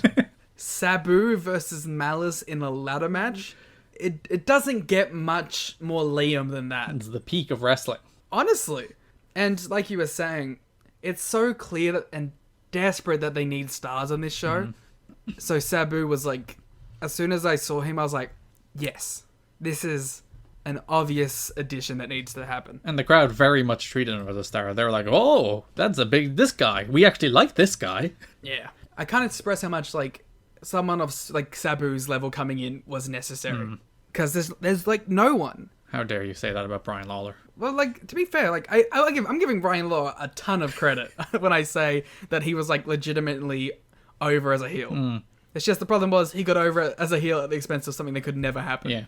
Yeah, this match ruled, by the way. The match ruled. Yeah, this was a ton of fun. This is doing dopey ladder spots for 10 minutes. Just Malice falling off ladders through tables. Sabu just doing... Like, Sabu is, like, the perfect match for the TNA chaos. Because he's Sabu. Of course he is. I'm trying to get away from using the term fun to describe wrestling. Because I think it's such a blanket term that means nothing. But, like, this match is just complete, unadulterated fun. It's just an enjoyable time to watch Sabu and Malice do plunder. I did like before the match, James Mitchell cut a promo and he's like, Malice is going to wash his hands in the crimson life essence of whoever he faces. It's like, all right, take it down a notch, Jim. Good times. No, don't. I want Jim to be the most melodramatic thing possible. That's true, to be fair. He should go further than crimson life essence. Jerry Lynn and AJ Styles had their big in-ring segment we mentioned earlier where Jerry Lynn basically chastised them for being a young punk who doesn't know anything and then turned his back and Styles jumped him from behind. Also, like, the sailor's mouth on Jerry Lynn out here. My man was getting bleeped every 3 seconds. And the funny part is there's a story afterwards that Jerry Jarrett was not happy about the amount that Jerry Lynn was using the words "God damn" on this show. Yeah. His express quote was, "I will not tolerate or appreciate using God's name in vain, and in one of those circumstances I didn't portray to that to the talent and dropped a god damn." He told Chairshots.com. He was later confronted backstage and, basically politely told, please don't say goddamn anymore. But it's quite funny. It's like, how dare you? When I was, like, just going over the notes just then and I read it, I thought AJ was the one who got mad. Famous man of faith, AJ Styles. Yes, literally. And which reminds me of the greatest PWG moment of all time, where Chris Bosch starts cutting the Austin 316 promo on AJ Styles. And Styles has apparently never heard this promo before because he takes the mic and starts yelling at him about taking God's name in vain in the middle of the PWG ring in a truly all-time independent wrestling moment. To be fair, AJ might not have actually heard that promo before because I'm pretty sure he wasn't that big of a wrestling fan when he got into wrestling. So he probably was like, what the hell? But still, it's literally the most famous American promo of all time. Yeah, but he wasn't watching wrestling, so... Probably should have heard it. But if anyone who hasn't seen that, I'm pretty sure it's on YouTube. Go check that out. One of the best independent wrestling moments of all time. Apparently Jerry Lynn apologized and is like, oh, I won't swear anymore. I like the way, like, there's women being fondled, there's open racism. Like, we shall draw the line at using the word goddamn. Garrett, I don't want to get political around here, but you're saying there's some hypocrisy when it comes to religion. I can't believe that wrestling would feature any kind of hypocrisy. That's very unlike wrestling, Liam. I don't believe this for a second. Bully Ray would be turning in his non-existent grave. K-Crush came to the ring and he gave out about all how WWE held him back and they're racist and he's not called K-Crush anymore. We're here, baby! We're doing it! The WWE sucks promo, let's go! It took him 5 weeks, to be fair, to do a real, like, WWE is terrible, they held back an ex-WWE talent, I'm not using their name anymore, I'm called Ron Killings, or The Truth. Yeah, he was just The Truth. He was called K-Crush in WWE, wasn't he? K-Quick, I think. Yeah, there we go. I was like, it's K something, wasn't it? Yeah, K-Quick. So yeah, he's abandoned the K name in favor of Ron Killings, which is his shoot name, and The Truth, because he's speaking truths on these shows. I don't think he's actually referred to as Ron Killings until the Steamboat segment. I'm pretty sure they call him Killings on commentary, but like they're like, do you want to be called Killings or Truth? And they're not sure on commentary, because I'm pretty sure they do call him Killings on commentary when he wrestles. Maybe. I thought he was The Truth pretty explicitly until the Steamboat segment, because I was like, well, we called him Ron. And the announcers made note. Maybe they called him Killings, but they might not have called him Ron, because in the match immediately following the first Steamboat stuff, in that promo, on commentary, they made note that Ron was his real name. After that promo, he then wrestles Norman Smiley and beats him and tries to choke him until Norman's wife comes out and he's like, please stop choking my husband. And then he starts choking Norman Smiley's wife. Yeah, he goes after his wife too. It's very rude of him. Like, again, like, just full loose cannon at this point. But it's also kind of great. Like, Killings is very clearly the most young star potential they have, probably next to AJ. And very different kinds of stars as well. Yes. Because, like, AJ's the great ace wrestler, then Killings is just immensely charismatic. And then we get the best 10 minutes in TNA history. The best angle in TNA history. The best segment in TNA history. You're that excited about Puppet jerking off in a trash can? Yes! This is just 10 minutes of sexual harassment. It goes from Puppet jerking off in a trash can, talking about wanting midget blood and sexually harassing Goldilocks, to her immediately turning around, walking down to interview the Dubs, where she is immediately sexually harassed again. How is this a thing on a show? TNA. Listen, Liam, the company is called TNA. You gotta live up to the name. Total non-stop assault. To be fair to Puppet, I think he's getting off at the idea of inflicting pain on others more than Goldilocks. No, he said explicitly to Goldilocks that he wants to show her his cobra.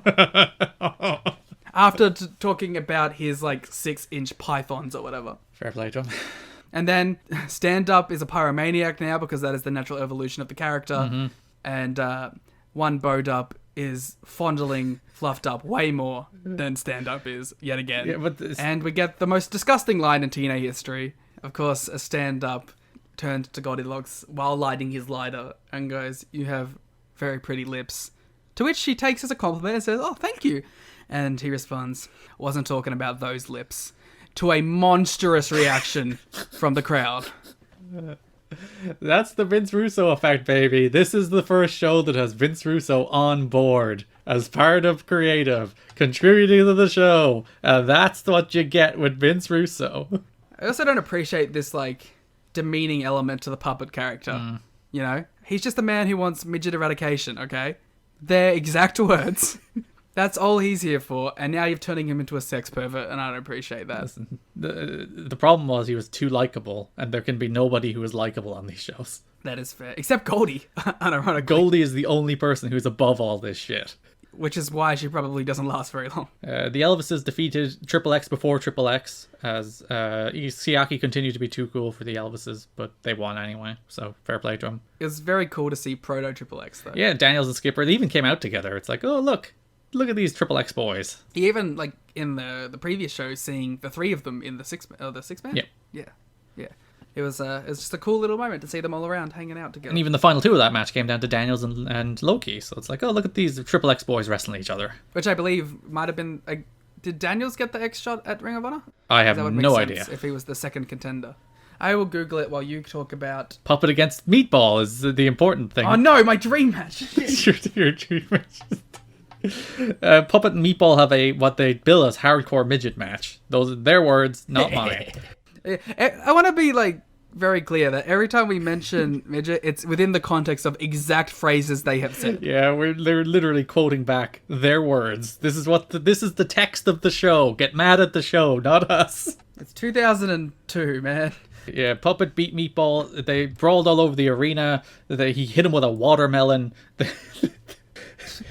Meatball shoved a pie in his face before Puppet eventually won. It was, you know what? It was actually a fun little match. Yeah, it was actually, it's fun, like it's stupid and it's dumb, but, it's a plunder match and, like, Puppet is actually charismatic, so it works out. The X Division title match, I believe, was actually against Adam Jacobs and David Young at Ring of Honor's Crowning a Champion. The first defense outside of TNA. That's a dream X Division title match right there.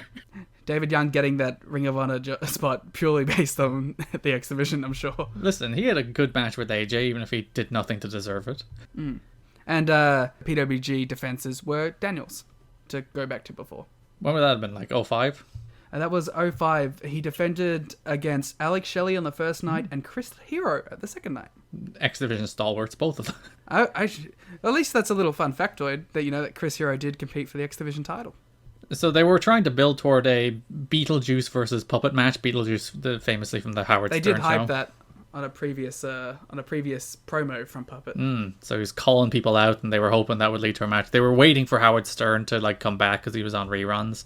But when he came back, they were just like, nah. They probably should have done it. They probably would have done some, like, numbers. Apparently, like, they wanted first class air tickets, and they were like, we're going to give you coach, and they were like, no.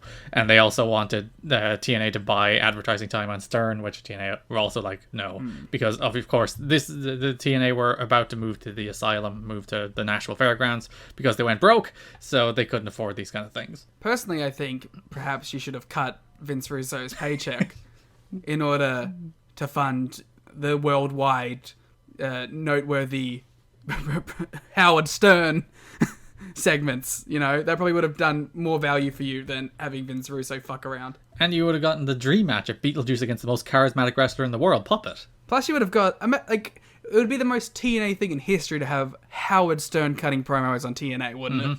Like, that's what you expect right there. But it fell through, so they all move on with their lives. I want to live in that reality. In that reality, TNA was the number one company in history, where they just said, fuck it, and they didn't bring in Russo, and they brought in Howard Stern instead.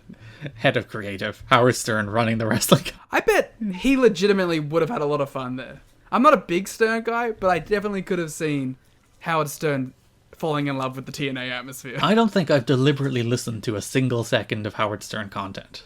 I've seen very little, but I've seen enough to, like, get the gist. Ironically, I think the most Howard Stern I ever heard was the 9/11 instant reaction show where it happened during Howard Stern. That must have been a grim thing to listen to. It's an incredibly confronting, but, like, weirdly historical event because, like, it happens literally during the show, and the whole thing is filmed, and you see everyone's instant reactions. You see the instantaneous racism from everyone involved. It's actually upload. I think it used to be on YouTube. It may have been taken down now, but it was actually up on one of those like historical moments in media YouTube channels. Like, if that's something that, like, wouldn't trigger anyone who, like, is listening, if that's something that you could get through without it being too confronting for you, I do recommend it as a historical thing in media. But Obviously, if it's not worth seeking out if it would cause you any actual emotional distress. So, On the topic of emotional distress, Jasmine St. Clair against Francine. That's what we call a segue in the podcasting business. yeah, there you go. We'll be up there with Stern in no time. So this was strangely the most seriously taken angle in the history of TNA, where they had their match and then Blue Meanie comes out and DDTs Francine, and like they go full like, oh, you know, hush tones, Francine might be badly injured. They Owen voice it. Don't settle this. They go full Owen voice on this. For Francine being DDT'd, it's like, oh, she might be badly injured. Ed Ferrara is very concerned, and they're Yeah, Ed Ferrara's not doing anything lewd because he's legitimately concerned. But I tell you who was doing something lewd, that fucking paramedic. That paramedic was groping Francine's ass as he put her on the stretcher. Are we sure that wasn't the Jeff Jarrett paramedic? Oh, I don't know, but I saw it with I couldn't believe it. He was like full on going in there and just letting like Francine can like break character to go, hey, stop that. Like, my man was taking full advantage. Honestly, that might be in a company run and full of perversion. This may be the biggest pervert of all. Because this isn't even like scripted perversion. This is just a dude being a pervert. In a spot where Francine had no chance of stopping it either. It's just, I was like disgusted with this guy, for real. This was meant to lead to more stuff, but Jasmine and Blue Meanie were like, we're going to drive to these shows, that's fine. And then they're like, actually, no, we want plane reservations. And Jerry Jarrett was like, we can't afford it, bye. Yeah. Like, to be fair, I think the Blue Meanie looked great here. Like, he looked like slim. He looks like a podcast. Well, yes, he did look like a podcaster, but he did look like a porn director. Like, it was a perfect combination here. And they were never seen again. Of course. AJ Styles beat Loki in a very good X Division title match. I don't remember a lot about it. I remember being a little disappointed in it. It wasn't like, you see, when you see AJ and Loki, you have those expectations of like, oh, next level, finally something on these shows. We're out of getting freaking the dups and all these shy talk. I don't. Okay. I think the Dubs have a terrible gimmick, but are both very good wrestlers, at least in the world of the NWA-TNA. Also, I do think they're charismatic. It's just sadly the things they're scripted to say are bad. Yes. But like, was it... Oh, I forget his name now. We'll get to it later. But the big British bloke... Ian Harrison? Yes, Ian Harrison, the Iron Brit, versus Bo Dub. I thought Bo looked great in that match. He looked great in the first show as well. He was like the highlight of that tag match with Joey Matthews and the other guy. Chris and York. Put some respect on the Dubs names, except when they're being disgusting, I suppose. Maybe I don't want to like bat for the Dubs that hard, actually, in retrospect. Listen, you're in too deep. You're the biggest fan of the Dubs. You endorse everything they do. I've fluffed up. Well, hey, very well done. AJ retained the title after the match. Jerry Lynn hit the best looking spear you'll ever see in your life. Yeah, a spear so good that I gifted. Yeah. Posted it, and immediately was told that you had already done it. I don't know if you saw my post today, but I was on Twitter giving out about how I can never gif anything because you've already done it. Well, you see, that's your fault for watching these shows after me. It was nice of you to actually post one gif to the podcasting account. Hey, you posted a Sonny Siaki video to your account as well, so how dare you? Yeah, because of you. Much like AJ and Low-Key, this tag team is breaking up immediately. We have immediate dissension. But yeah, because AJ's walking down the ramp and you think the segment's over, we're going to move on. And then Lynn just comes flying out of one of the tunnels and spears him out of his boots. It rules. Looking like Roman Reigns. Better than Roman. People were like, oh, is that Edge? It's like, how dare you? Edge has never done a spear that good in his life. Yeah. That's why I said Roman, because Roman does a better spear than Edge. I'm back on board, even though they suddenly start getting along after this. So yeah, the next show is like... It made me angry. We'll get into that after we talk about our main event, in which Brian Lawler lost to Scott Hall. What was the result of that match? He lost, right? So Scott Hall defeated Brian Lawler after Lawler did a long promo. To be fair, it built to a perfect end, but because it was so long. I even disagree with that though, because like the moment where he had his back turned, he was talking to the audience and Hall was there, was all fine, but he kept going for like a minute while Scott Hall was standing behind him. But the payoff was so good. The payoff was so good because people were even at the point where they're doing the turning around symbol and he's sitting there like, what the hell does that mean? And then gets that, and Hall, throws an amazing punch, obviously. So that first cut off when that big punch, crowd goes nuts for it. But that legitimately, that's a thought I had because the Jarrett match on the last show as well. It's like Scott Hall's punches are so good. Yeah, he's like historically a great punch guy. To be fair, the people taking his punches have the great snap, and it looks great. It was a good spot. You could have spent less time talking to get there. Oh, classic millennial attitude. Can't wait for anything, you need it now. You need it immediately. Says Mr. Gen Z over here. Yeah, Gen Z know how to respect things, okay? Give it time. Let it breathe. So the whole 1 hour main event match was quite boring. I don't remember anything about that match. No. Literally, I couldn't tell you what the finish was. How'd he win? Who knows? Outsider's edge. Sure, let's go for it. After the match, Jeff Jarrett came out again. He was disguised as a paramedic who looked more like a golfer, frankly. His paramedic disguise was not very paramedic-y. If he groped some women, I would have believed it, but he didn't. Yeah, there would have been a point of reference at least. He actually should have come out. They should have tried to disguise him and have him come out earlier in the show for that paramedic, for the Francine, the stretcher job. Yeah, but would Stone Cold Jeff Jarrett even do that? If he was out there, he would have started throwing chair shots at Francine. So. He can't do anything without hitting people with chairs. On the 7th episode, he did say he wanted to fight a woman next. After insinuating that, little people are the lowest form of humanity? These shows are just, they're not problematic. Maybe, no, they're problematic. Maybe we would have got a Beetlejuice versus Jeff Jarrett. Oh, well, that would have been a match. Jeff Jarrett versus Howard Stern. Wasn't it? It was Beetlejuice that Jeff Jarrett hit with the guitar at WCW, wasn't it? Yes, actually. So yeah, it would have been a throwback to WCW. Wow. Jarrett waffled Harley Race with a frankly sickening looking chair shot. Yeah, ruled. Which apparently Harley Race, there's rumblings going around that Harley Race was like, yeah, stiff me with the chair shot. Which, sure. Yeah, he's a worker, goddammit. And Jeff Jarrett once again stands tall as the toughest, most badass guy in the history of wrestling. Yeah, which is cool. We say this with an air of sarcasm or an air of Jeff. But it's yes, that's 100% what you should be doing with Jeff Jarrett. Which brings us to NWA-TNA pay-per-view number 6, July 24th. 700 people packed into the Nashville Fairgrounds. Again, it was not yet dubbed the Asylum, but it was, of course, the Asylum. Sure. Okay, so just a quick overview of this episode. This was a bottle episode of a TV show in that it had one theme that it was all centered around, and obviously the show was a bit more compact than the more recent shows too. But I loved the through line of this show being that there was no security because Ian Harrison had locked them all in a room and they were all trapped. And you know what's funny about that segment too is Ken was out of the room where they were all locked in there, but then at the end of the show, he was in that room once Jarrett finally got his way in. Because he was like, hey, Ian, let me back in. All's good. Yeah, but all of the security just parted and let Ken get in. Yeah, they're like, sure, it's fine. We don't need to stop you anymore. Chaos has run wild. We've given up. Yes.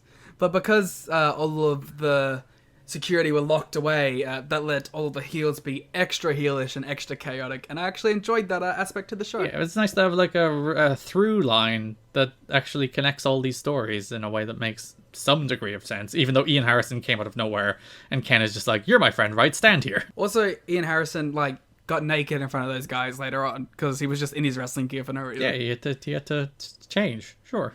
For a match that he didn't know was happening. Yeah, he was prepared. Maybe he had all of his gear under those jeans and tight t-shirt. Maybe he did, because obviously looking at Ian Harrison, he is Wardlow's father. So that's disrespectful to Wardlow. he's the prototype war dog. I think the war dog was produced asexually and just appeared. The prophet descending to Earth to teach us the ways of war. Yes. Jeff Jarrett, I actually like the opening segment where Bill Behrens comes out and he's like, I'm going to sick security on you so bad, Jeff. You're going to regret everything you've done, because he didn't see the backstage segment. My army of security are going to come for you. Ian Harrison locked up the security and he's so smug. And the announcers are like, Bill, no, Bill, before Jeff Jarrett kills him with a chair shot. I'm glad that this is Bill's fucked off now. Yeah, but Steamboat is back because obviously Steamboat's gone. So they had to get authority figures such as Jim Miller from the National Wrestling Alliance and Bill Behrens. Yep. Everyone's favorite kind of authority figures. Jarrett got the better of Shamrock as well because Jarrett's a badass. Jarrett rules. And I'm glad that he'll be beating Shamrock for the NWA title. Loki faced the debuting Amazing Red. By the way, Loki is the theme song now, so he must be happy. It's not a great theme song, but he has a theme song. It's not a great one, no. It's better than the one he had. This is a pretty historic match here. Red debuting, who I would always consider. Like, I know he was in Ring of Honor first, but to me, Red is a TNA guy. Yeah, and it's interesting. He didn't spend that much time in TNA when you think about it, but he's also like you're right. You think of him as a TNA guy. Like, he's a fundamentally TNA guy to me. And this is the debut. They do a way worse version of their Matrix spot from Ring of Honor here. The iconic Matrix spot. How dare you? I mean, come on. It happened in TNA wrestling, NWA-TNA. Therefore, it is better. Garrett, curb your bias. Nobody saw it in these tiny indies, Liam. This is the big leagues. Literally, maybe thousands of people saw it here, as opposed to in those tiny bingo halls and armories that Ring of Honor would always run.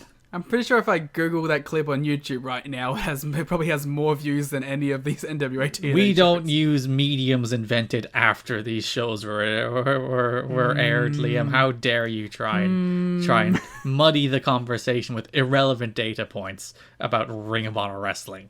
Well, yeah, the match was pretty good. Red looked good. Red immediately got over because he did like a code red, and the crowd were like, "What the hell?" Yeah, but I thought it was pretty... it was fine. It was never intended to be anything but more than like a borderline competitive squash. Like, Loki was supposed to come out of here looking good, and Red got a few spots in. But a good match.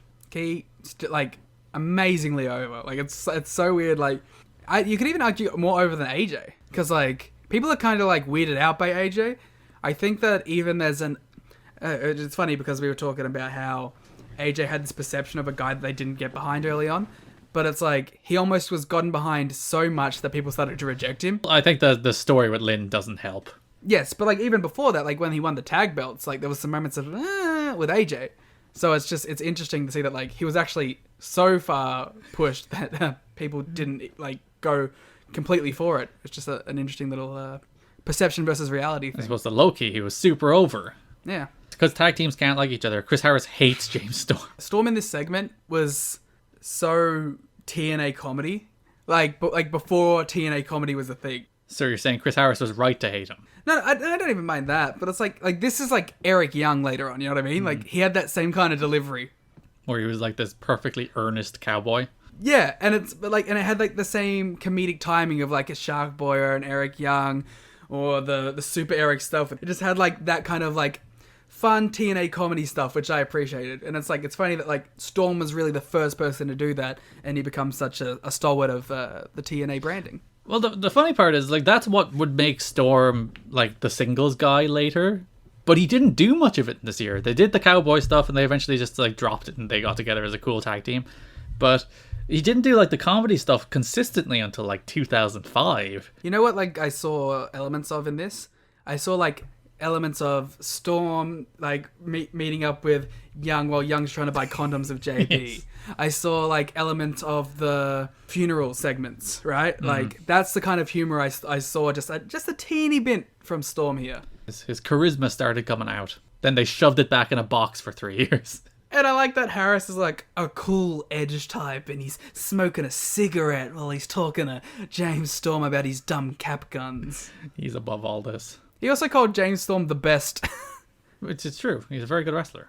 Yeah, but the best? Yeah, he's the best wrestler, and he'd be even better if he didn't shoot his pew-pew guns. But does he know that Puppet is on these shows? That's true. He didn't take that into account. And then, of course, we get to the match, which wasn't as good as this segment. Yeah, who cares? They beat the Hotshots in an entirely forgettable match. Again, they revealed that the Hotshots were the ones that attacked AMW on the third show, so they waited like 3 weeks to randomly tell you it was the Hotshots that jumped them. And Don West was like, this is such a big reveal! The Hotshots attacked them! And then the Hotshots attacked them after the match, in a pretty brutal beatdown that wasn't stopped because there was no security. Yeah. Chaos, Liam. Chaos. But it's a good kind of chaos. I liked it. Yeah, speaking of chaos, Apollo defeated Brian Lawler via like flash pin, but then Lawler attacked Don West in frustration. Chaos! As we mentioned, poor Don got a 50% pay cut because they were out of money, and then he's just getting beaten up on these shows as well. I appreciate Ed Ferrara rushing to Don's safety and trying to protect him from this deranged Brian Lawler. Wouldn't you? I mean, yeah. I think everybody should rush to defend Don West on these shows. Let's get to the big segment. Alright, so Ron Killings comes out to call out systemic racism. And he's like, racism in all of these industries, in sports, in basketball, and baseball, all of you are racist. You racially abuse all of the wrestlers. It's deeply ingrained on a systemic level across all of these industries and all of these worlds in this country. And it's like, you know what? You're right, Ron. Why are you a heel here? Before the alpha male Monty Brown comes out and he's like, shut up, Ron Killings. You know nothing about racism. You're just blaming people for your problems. I went to 2 Super Bowls in which I was like a player who barely played. But shove that to the side. I like that Monty Brown essentially played the role of white guy on Twitter. Yeah, he's the white avatar being like, you just can't seize the opportunity and you're blaming people for your problem. Yeah, like this had some like, you know, pretty intense like stuff in this segment too, but Killings like delivered it really well. I think, you know, some of the things that stood out was the OJ line got a massive reaction from the crowd. I like Ed Ferraro was like, I was with you until OJ. And then you know, K-Crush, some of the things he said to Monty Brown got a very big reaction. I think it's very interesting that even NWA-TNA, Jerry Jarrett, Jeff Jarrett knew that they couldn't have a white guy in this spot because it'd be a little too on the nose to do that. This is a very, I don't know, like it's one of those segments where it's like, I think it was actually pretty well done for like towing the line, but you know, it's 2002. You're not going to get like a super nuanced storytelling, are you? And of course, in the history of racism, yes, in the history of racism, in the history of wrestling, the wrestler who's calling out racism and systemic abuse of any kind is the heel and should be booed. Yeah, but which goes all the way through to like WWE with freaking Apollo Crews. It's like, I'm embracing my heritage and becoming who I'm meant to be, which makes you a bad guy. It's like, what the fuck? Come on. I think it helps that like the Truth has like such immense charisma that he like can deliver on all of this. Far and away the most charismatic guy in the show. Like, Scott Hall's a charismatic guy, but he's doing his Scott Hall routine where he's just like cooler than everybody else, as opposed to like K-Crush, he's like cutting real promos. Yeah, like, these are like some like, I think Killings is definitely like the highlight of these shows so far for me. There's a reason he gets the big push, I suppose. AJ Styles and Jerry Lynn are back together. They're friends and they love each other. They're just good pals now. Because we've had a couple of weeks of Jerry Lynn just ruthlessly beating the hell out of AJ, and AJ's like, you know what? I've seen the error of my ways. Jerry's right. We're friends again. Then they do the tag title defense, in which the crowd does not give a shit about AJ Styles and Jerry Lynn. They are all into the Flying Elvises in this match. But like, it goes back to the problem. It's like, how are these men supposed to be likable? Who am I supposed to cheer out of these two? The bitter old man or the young punk who jumped him from behind? Neither of these men are likable. It's very clear that they both are supposed to be at this point, and then like next week they're both not again. So this match is shockingly boring for a match between AJ Styles and Jerry Lynn and Jimmy Yang and because it was like 45 minutes. Yeah, it went like 15 minutes. And like in theory, you know, barn burner, four of the best wrestlers of the company getting 15 minutes. That should tear the house down. But the crowd did not care. They didn't even do anything. They just sat there for 15 minutes. Yeah, it was not a lot going on. Not that entertaining, but, you know, got a little story development with Lynn pulling out in the end and getting the victory while AJ is atop the rope looking aghast at the fact that Jerry Lynn got the win in the end. Yes. Even though he just previously admitted that Lynn has more experience and he should probably learn from him. Yeah, Lynn gets busted open and bleeds an absolute gusher. Like, it's like, Jerry, this is a random TV match. You do not need to bleed this much for this. Yeah, but wasn't it intentional? AJ goes up top, he's going to go for the spiral tap, but then Jerry Lynn hits a slingshot crossbody and gets a pin. He fights out valiantly after bleeding and perhaps nearly dying from loss of blood. And then AJ's like, I wanted to hit my move and win. What the hell are you doing? That's You should have hit it anyway, as a fuck you. Yeah, it's like, I'm going to spiral tap him no matter what. That would have made AJ cooler, to be honest. Really, Lynn is protecting AJ in his body by stopping him from doing the spiral tap everywhere. Yeah, what if he slipped? Disco Inferno comes out to announce the debut of his talk show, Jive Talking. Garrett, I hate Disco Inferno. He's just the least likable man. He's just like, I don't want to see you on my screen. Go away. Not in a, I want to see this guy get beat up, in a, I want to fast forward his segments way. It shouldn't be X-Pac heat, it should be disco heat. Like, this guy is just terrible and awful, and I don't want to see him, and I'm not going to pay money to see him get beat up by the babyface. It's just bad, terrible shit.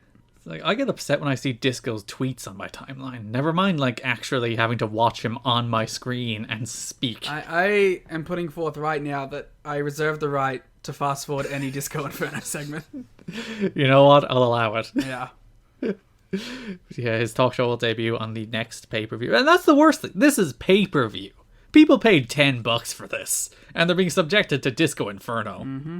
Monty and Skipper defeated the debuting Simon Diamond and Johnny Swinger. The Swingman! Excuse me, this is straight-laced Johnny Swinger. He is not yet established an illegal gambling, underground gambling place. Daddy! Truth attacked Monty after the match, but Skipper just like, yep, work away, I don't care. Do you think Johnny Swinger would have gotten over huge if he was the Swingman at this era? It feels like a character that would probably thrive in that era. Yeah. He probably would have had a whole career in early to mid 2010s up to that era of TNA if he had have developed the Swingman character at this point. As opposed to just being a dude who wrestles. A dude who wrestles pretty good, to be fair. Yeah. Like the Diamond and Swinger team, they have good matches coming down the line. You can look forward to them. They're a good little tag team. Speaking of good little tag teams, the Dups. They get into a fight with Ian Harrison. Yeah, the truth attack again, because he's all over this show. Yeah, I mentioned that. And then Skipper's like, nah, I'm not helping. Yeah, and the commentary was like, oh, he was in on it the whole time. I didn't get that impression at all. I just think he didn't give a shit. Yeah, I was just like, oh, I'm seeing this dude attack him. I don't want to get involved. To be fair, if the truth is attacking someone, do you want to get in between the truth and that guy? No, it's just like, peace out. And then we get the Dubs being homophobic again. As they tend to be. And also, terrible to Goldilocks again, I think. Was that this segment? Yes. The pink line. Can we just not? Can we just stop it? Oh, Goldie, man. Yeah, the match ended in a... How did that even end? No contest, wasn't it? Yes, because Bo Dub came in from commentary and beat up... they hit people with a plank of wood, didn't they? That was this. Because they got wood, you see. And also, I think Stand Up thinks that he's Australian. Maybe he is. Because he keeps saying, is this the guy that says cracky? That's more of a Jim Cornette impression, but you get the point. Which brings us to our main event in which Ken Shamrock and Sabu goes to a no contest in a ladder versus submission match. Submission. When Malice came out, killed everybody, and stole the title. This match sucked, by the way. This match sucked, and the finish was bad, too. It was just terrible. They did nothing. At least, Sabu, toward the end, did, a big splash through a table, and it was like, all right, you redeemed yourself slightly, Sabu. But for the most part, it was more of a submission match than a ladder match, and they just did nothing. Yeah, I guess Ken just didn't want to do plunder, but... Sabu should have just been throwing chairs and shit, and Ken should have been swatting him away with kicks. That would have been dope. Yeah, if Ken didn't want to do plunder, just Sabu can do all the plunder and take all the bumps. But, and he would have, gladly. I think it's really interesting that on paper this is a very cool match. Yep. And it's very this is the NWA-TNA is the only place this could happen. But Sabu Shamrock better on paper than in reality. After the match, Sabu was very upset apparently backstage. He threw a fit because the match was cut short. He was promised that the match would go a certain length and he wouldn't be cut off and they'd get as much time as they want, but then the referee was like, go home, and he was very mad about that, and he was complaining that Shamrock was working stiff. So Sabu apparently had a bit of a meltdown, and they were considering about never bringing Sabu back. One of 4 stars that you have on the roster. I love this era of wrestling, by the way, where there's just all this gossip and drama. You don't get that anymore. We need more of that. We need more drama. Everyone's too nice now. I think there's we need to get rid of this family atmosphere backstage. We need more cutthroat. AEW's ruined the business with this happy-go-lucky, everyone's just having a good time being here and there's no backstabbing anymore. Bring it back. The most popular person in that main event, by the way, was The Ladder, in which the crowd wanted The Ladder involved because they were just doing arm bars. Yeah. I mean, you have a Sabu match. You gotta deliver on the Sabu aspect of it. Which brings us to the final show in these 5 marathon shows we have to cover this week. It's a big show. Which is the one you wanted to talk about most. The July 31st from the Nashville Fairgrounds with 550 people in attendance. This took place just after my 5th birthday. Oh, well, happy birthday. This was the AJ Styles against Elix Skipper match was obviously your birthday present. Yes, obviously. I was a young boy. I was sitting there just hoping that Puppet would start shooting. And he did, but let's start about Skipper. Styles defeated Skipper to retain the title after the match. Monty attacked Skipper. This was boring. It was a perfectly fine match that you'll never remember anything about in your life. I'll remember one thing about it. What will you remember? That Skipper almost fucking died. Oh yeah, he does the like run up the ropes to do a moonsault, and AJ Styles drop kicks the ropes, and he just like falls like split like moonsaults on the ropes, but then just lands on his head. Yeah, he drop kicks near the ropes, sure. He more or less missed, but don't let the fast get in the way of a good death. I got Monty Brown, who was very angry. So yeah, Monty is blaming Skipper for truth attacking, I guess. So that's where we're going in that direction. This is the theory of like TNA. It's like it's never just one guy that you have a problem with. You got to fight like 12 guys. And Jeff Jarrett hits them all with chairs and wins. Dope. Speaking of Jeff, he comes to the ring carrying a sack. Oh, yes, he fucking does. So he's cutting his promo like his usual, like, I'm a badass, I want my title shot, give me my title shot, I'm Jeff Jarrett, blah, blah, blah, blah, blah, blah. And then he opens the sack. He has old mate Stone in the sack. With the line, which is like, this line killed me because of Jeff's delivery. He said, I'm going to cripple a midget live on pay-per-view. And the crowd was like, yeah, yeah you are, Jeff. And then Puppet comes out to confront Jeff Jarrett about this because it's gimmick infringement. He's the only one that can kill a midget live on pay-per-view. To which, of course, Jeff delivers the line of stand up when you're talking to me. It's very rude. And Puppet responds by evening the odds with a motherfucking gat, which gets like no reaction. Puppet pulls a gun on Jeff Jarrett and the crowd is just like, eh. And like Jarrett sells it amazingly because he's like, what the fuck? But like, yeah, the crowd doesn't give a shit. Security's back, of course, now, so they all get in the ring and they're all like cowering from the gun as Puppet's waving it around before Jarrett saves the day by killing him with a chair shot. And then for some reason, Elix Skipper is still in the ring and takes another chair shot to the back as well. You know, they say that well, dumb people say, the way to take down a bad guy with a gun is a good guy with a gun. The real way to take out a bad guy with a gun is Jeff Jarrett with a steel chair. Ain't I great? I love, like, through the history of the 6 shows so far we've watched, we're on to the 7th. There is 2 people who have been presented as the biggest badass in TNA history. And they were both in this fucking segment. There's Jeff Jarrett and there's Puppet. And I believe Puppet demonstrably proved his toughness over Jarrett by pulling a gun on him. So Puppet is officially the biggest badass in TNA history. Jeff Jarrett had to attack Puppet from behind. A coward. I hope this leads to a big Puppet Jeff Jarrett match, but I have a small inkling that it's not going to happen. After the match, Steamboat came out, laid down Law and Order, got into it with Jeff Jarrett. Yeah, after the gun segment. Steamboat.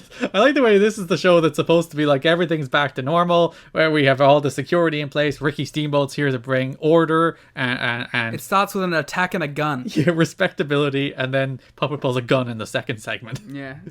So was there any like negative like reaction due to this, or like were we so far past Pillman pulling a gun that this thing just didn't matter anymore? We were so far past Pillman putting a gun that this thing didn't matter anymore. And it was pay-per-view, I suppose. You could watch people getting railed on pay-per-view and it was fine. So I think pulling a fake gun is probably alright. And like it's weird that this moment has kind of like disappeared from the public consciousness of weird TNA shit. I don't think it has, because this moment is embedded in my brain. But yeah, you just watch it and it will never leave. But like, when people mention the dumb things that happened in TNA history, you never hear them bring up Puppet pulling a gun anymore. And it's brilliant.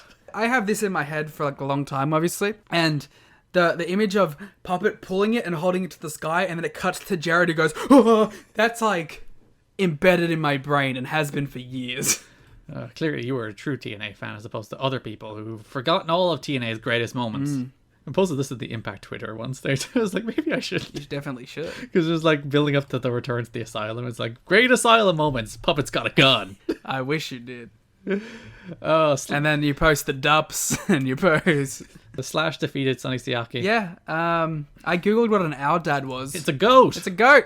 There you go. He's the It's goat. a mountain goat from Africa. I do like they never explain what an Audad was. It's like, it's the blood of an Audad. It's... Because James Mitchell said, go Google it. So I did. Yeah. I guess it's more of a sheep than a goat. Yeah. I love the line from Ed Ferrara where it's like... is the Owl Dad from Pro Wrestling Noah or Old Japan? Because that's the only way that the professor knows about it. He's not into his geography. He hasn't watched his Attenborough documentaries. Yeah. He only watches his Noah tapes. Before this, by the way, we get a wonderful segment with Siaki and Goldilocks where we're reminded about consent. please ask for consent, guys. Yeah. Especially Goldilocks, who, to her credit, took it on stride and learned from her mistakes. Because she's the one reasonable character on this entire show. She's too used to people neglecting her consent. So. Yes. And everything about it was like, Siaki's like, I saw you looking at Sonny Siaki's ass. And then she was like, yeah, I was. Sorry. And then I'm devastated that Slash beat Siaki. I'm really into Sonny Siaki, and he was just defeated. Like a bum. Yeah, it felt like a weird result, didn't it? Because I would have thought the more natural result is Slash loses, but then they jump him after the match and then cover him in blood. I guess they didn't want every match to have jumping in it on this show. Sure. Which it would have otherwise, because every other match ended with interference. As I now look up and down the card, actually no, Skipper and Styles is clean, but everything else was, yeah. Monty attacked Skipper immediately after the match. Yeah, but that's after the match. Yeah, but I'm saying like there's an attack after every match. But there was an attack after this one too. They painted him in blood. Ah, yeah, true. This sucks. Anyway. Truth went up to one of the dancing TNA girls. Oh, this is so bad. I don't Okay, I am siding with the Truth in a lot of ways. I will not stand for his demeaning of sex workers.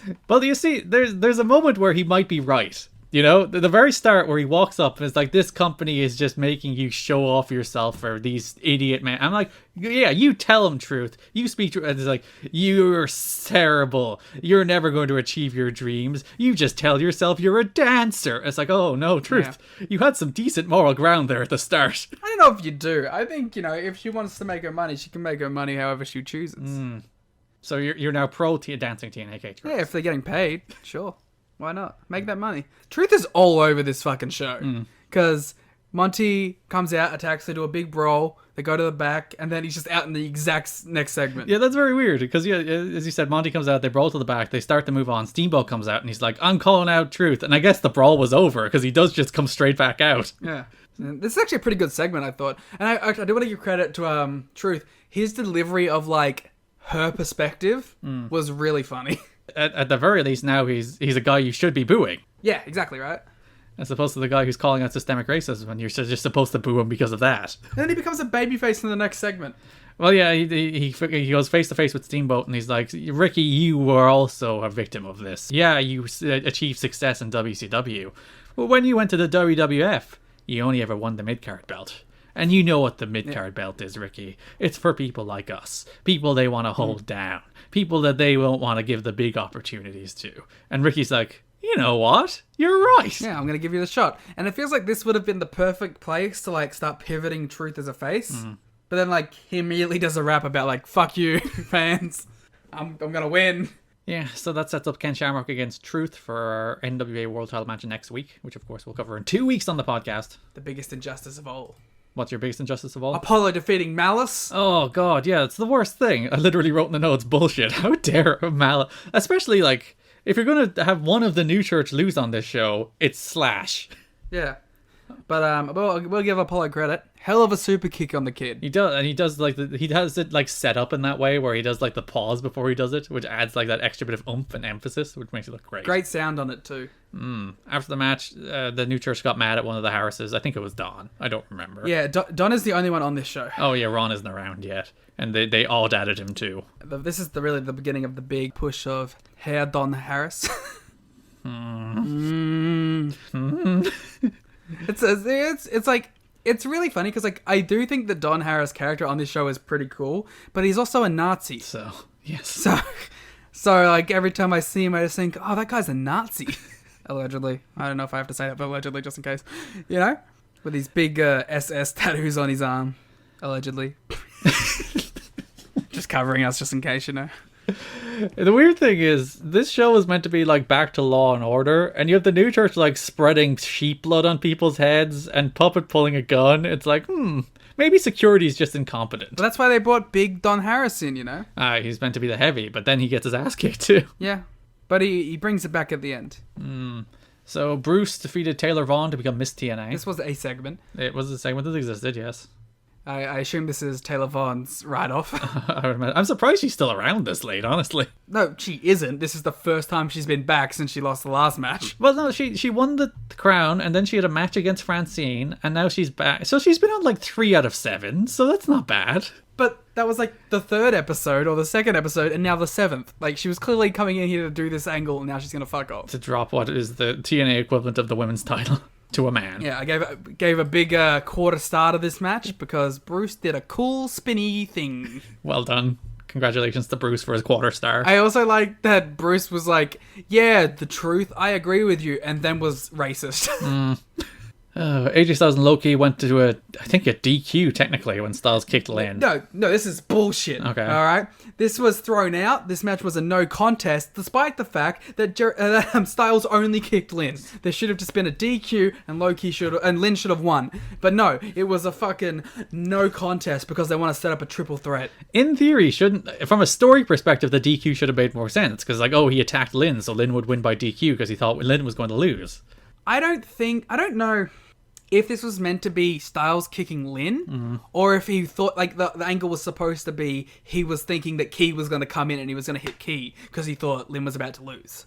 So I don't know what the goal here was, but it clearly ended up being with the Lynn Styles stuff. Yeah, the goal was a triple threat no matter how they got there. Yes, and even though this definitely should not have been a DQ, has been a no contest, it should have been a DQ. So, Harris versus Malice First Blood was set up for next week as well. See, this makes more sense, Liam. They're shooting angles for matches on the next show. Logical. They worked it out. Yeah, but it sucks, so. Not good matches, but... Goldilocks was the guest on the first edition of segment. Jive Talking, in which Gangleberty tried to demean Goldilocks, and Goldilocks was like, nah, fuck you. I'm not putting up with this. There was actually a moment where like someone in the crowd tried to say something to Goldie, and Goldie just turned to him and was like, shut up. It's like putting people in their place. It starts with Disco calling her a dumb bitch. And she's like, wait a minute, you just called me a dumb bitch. And he's like, I didn't call you a dumb bitch. I didn't call you a dumb bitch. And then it's like he feigns interest and then gets up and goes, all right, so get your tits out. This is the worst stuff that's happened. Like, you know, there's been a lot of racism, a lot of homophobia, but this is just overt complete and utter sexism that gets a positive reaction from the crowd because the crowd's in on it and they're like, yeah, let's go. The lows of this show are so low. They're through the floor. And like, at least they're doing it with Goldie because she can like handle herself. Like, she's the one character on here who actually will just say fuck you. But like, Jesus Christ, this is some of the lowest of the low. And consistently, so as like the presentation of women, just top to bottom on these shows, it's just so bad. This is truly a problematic company. Yeah. Unproblematically though, Don West, they cut to him at the announce desk. And they're like, Don's going to tell you what's coming up next week. And Don, in his red silk shirt, just cuts a 2-minute promo about how you're going to see AJ Styles against Loki against Jerry Lynn, and it's going to be the best match you're ever going to see in your life. First blood, they're going to tear each other to shreds. There's even a moment where he calls Ricky the Steamboat Dragon, which is quite amusing. Yeah. And Mike Tenay and Ed Ferrara are like, go with it. But he's like, truth, will he walk the walk? It's going to be the best thing you're ever going to see in your life. And I'm like, yes. Thank you, Don West. I need to see this show. And he pitched this show so well that he got a standing ovation from the crowd when he was finished. I also love that Mike Tenay could tell he was on a roll. So when he started to peter off, he was like, and what else do you have to say? And Wes was like, I'm back in, baby. Second wind. Like, he was ready, he was wrapping it up, and Tenay's like, no, this is gold. You got to keep going. It's so good. Don, I love Don with all my heart. He's like just so good on these shows. And he's getting better too with the like not pointing out the flaws of the match stuff, which was always going to happen with time. And then he closed it all by, welcoming us to NWA WWE pay-per-view. Jeff Jarrett defeated Scott Hall at our main event. So this was like a mess. But in like one of those good ways. Yeah, this was one of those total chaos matches, but actually quite enjoyable. Even though I've gone a full half-star higher than you have, but still. Yeah, but I had a lot of fun with this, and I loved all the interference. Every match from the next set of shows was happening on. It all made sense, with the exclusion of the Jerry Lynn one, which was a little forced. The Jerry Lynn interference was a little forced, but the rest of it all made sense. AJ coming out, AJ on the top rope doing it, Don coming out because he is the head of security. He's trying to stop this shit, which led into the Malice stuff, which led into the big finish. It all made sense. It was a good chaotic ending to the show, and Hole obviously did not lose clean. And yeah, like, I don't mind interference in matches that I don't have high hopes for anyway, you know? It's not like, oh, you've ruined this Scott Hall Jeff Jarrett match I was so looking forward to. It's like, yeah, do your nonsense. I don't care enough. You'd probably be a little more upset maybe if you were paying the $10 a week, but... And as we will come to discover, it becomes a lot more galling when it happens over and over and over and over again. But that is our coverage of July 2002, a weird month in which you can kind of like see the company work itself out in ways. They're like, X Division good, lots of sexism, good apparently. Good. Racism. Good. Racism bad, but the guy who's saying it is also bad, so racism good? But yeah, it's an interesting month. If you like our star ratings, if you'd like to listen to our watch along at pay-per-view number 4, you can subscribe or become our patron at patreon.com/kiddingme. Legitimately, just like, I think, like, you wouldn't think that the star ratings would be like as funny as they are, but they are worth checking out, especially if you're already subscribed. Go have a look at them, because you'll never see as many 2s and duds and -5s and 0s on a show that we talk mostly positive about. Yeah, it's like, we've largely enjoyed this, except the elements of which are problematic, but also the matches aren't good, so... Yeah, so I think, like, on these shows that we just said a lot of good things about, right? There's, like, 6 duds and 1s and 0.5s and -5s. And 1 match above 4, I think, in the entire time. Yeah. And you're always going lower than me. You're subtweeting me with your stars. Well, that's because you're clearly biased. Except your love of the Siaki and Slash match, which you're obviously ahead of me on. Yeah. I thought that match was a lot of fun. We'll be back in 2 weeks with coverage of August 2002. That'll be on July 17th. You can follow us on Twitter at TNA History Pod. As we said, you can subscribe to our Patreon where you can get watch-alongs, you can get a second series covering the 2010 Monday Night Wars, you can get our star ratings, you can get our written reviews of each show, and you can get our show notes. That's patreon.com/kiddingme. Support us there. Follow me on Twitter at Garrett Kidney, GARETTKIDNY. Follow Liam on Twitter at the Gleet Muta. I think it's the Glate Muta now. Well, there you go. Thanks for listening, and we'll see you in 2 weeks. Go check out the watch-alongs. They're a lot of fun, and I love doing them, and they might be my favorite thing we've ever done podcasting-wise. Goodbye.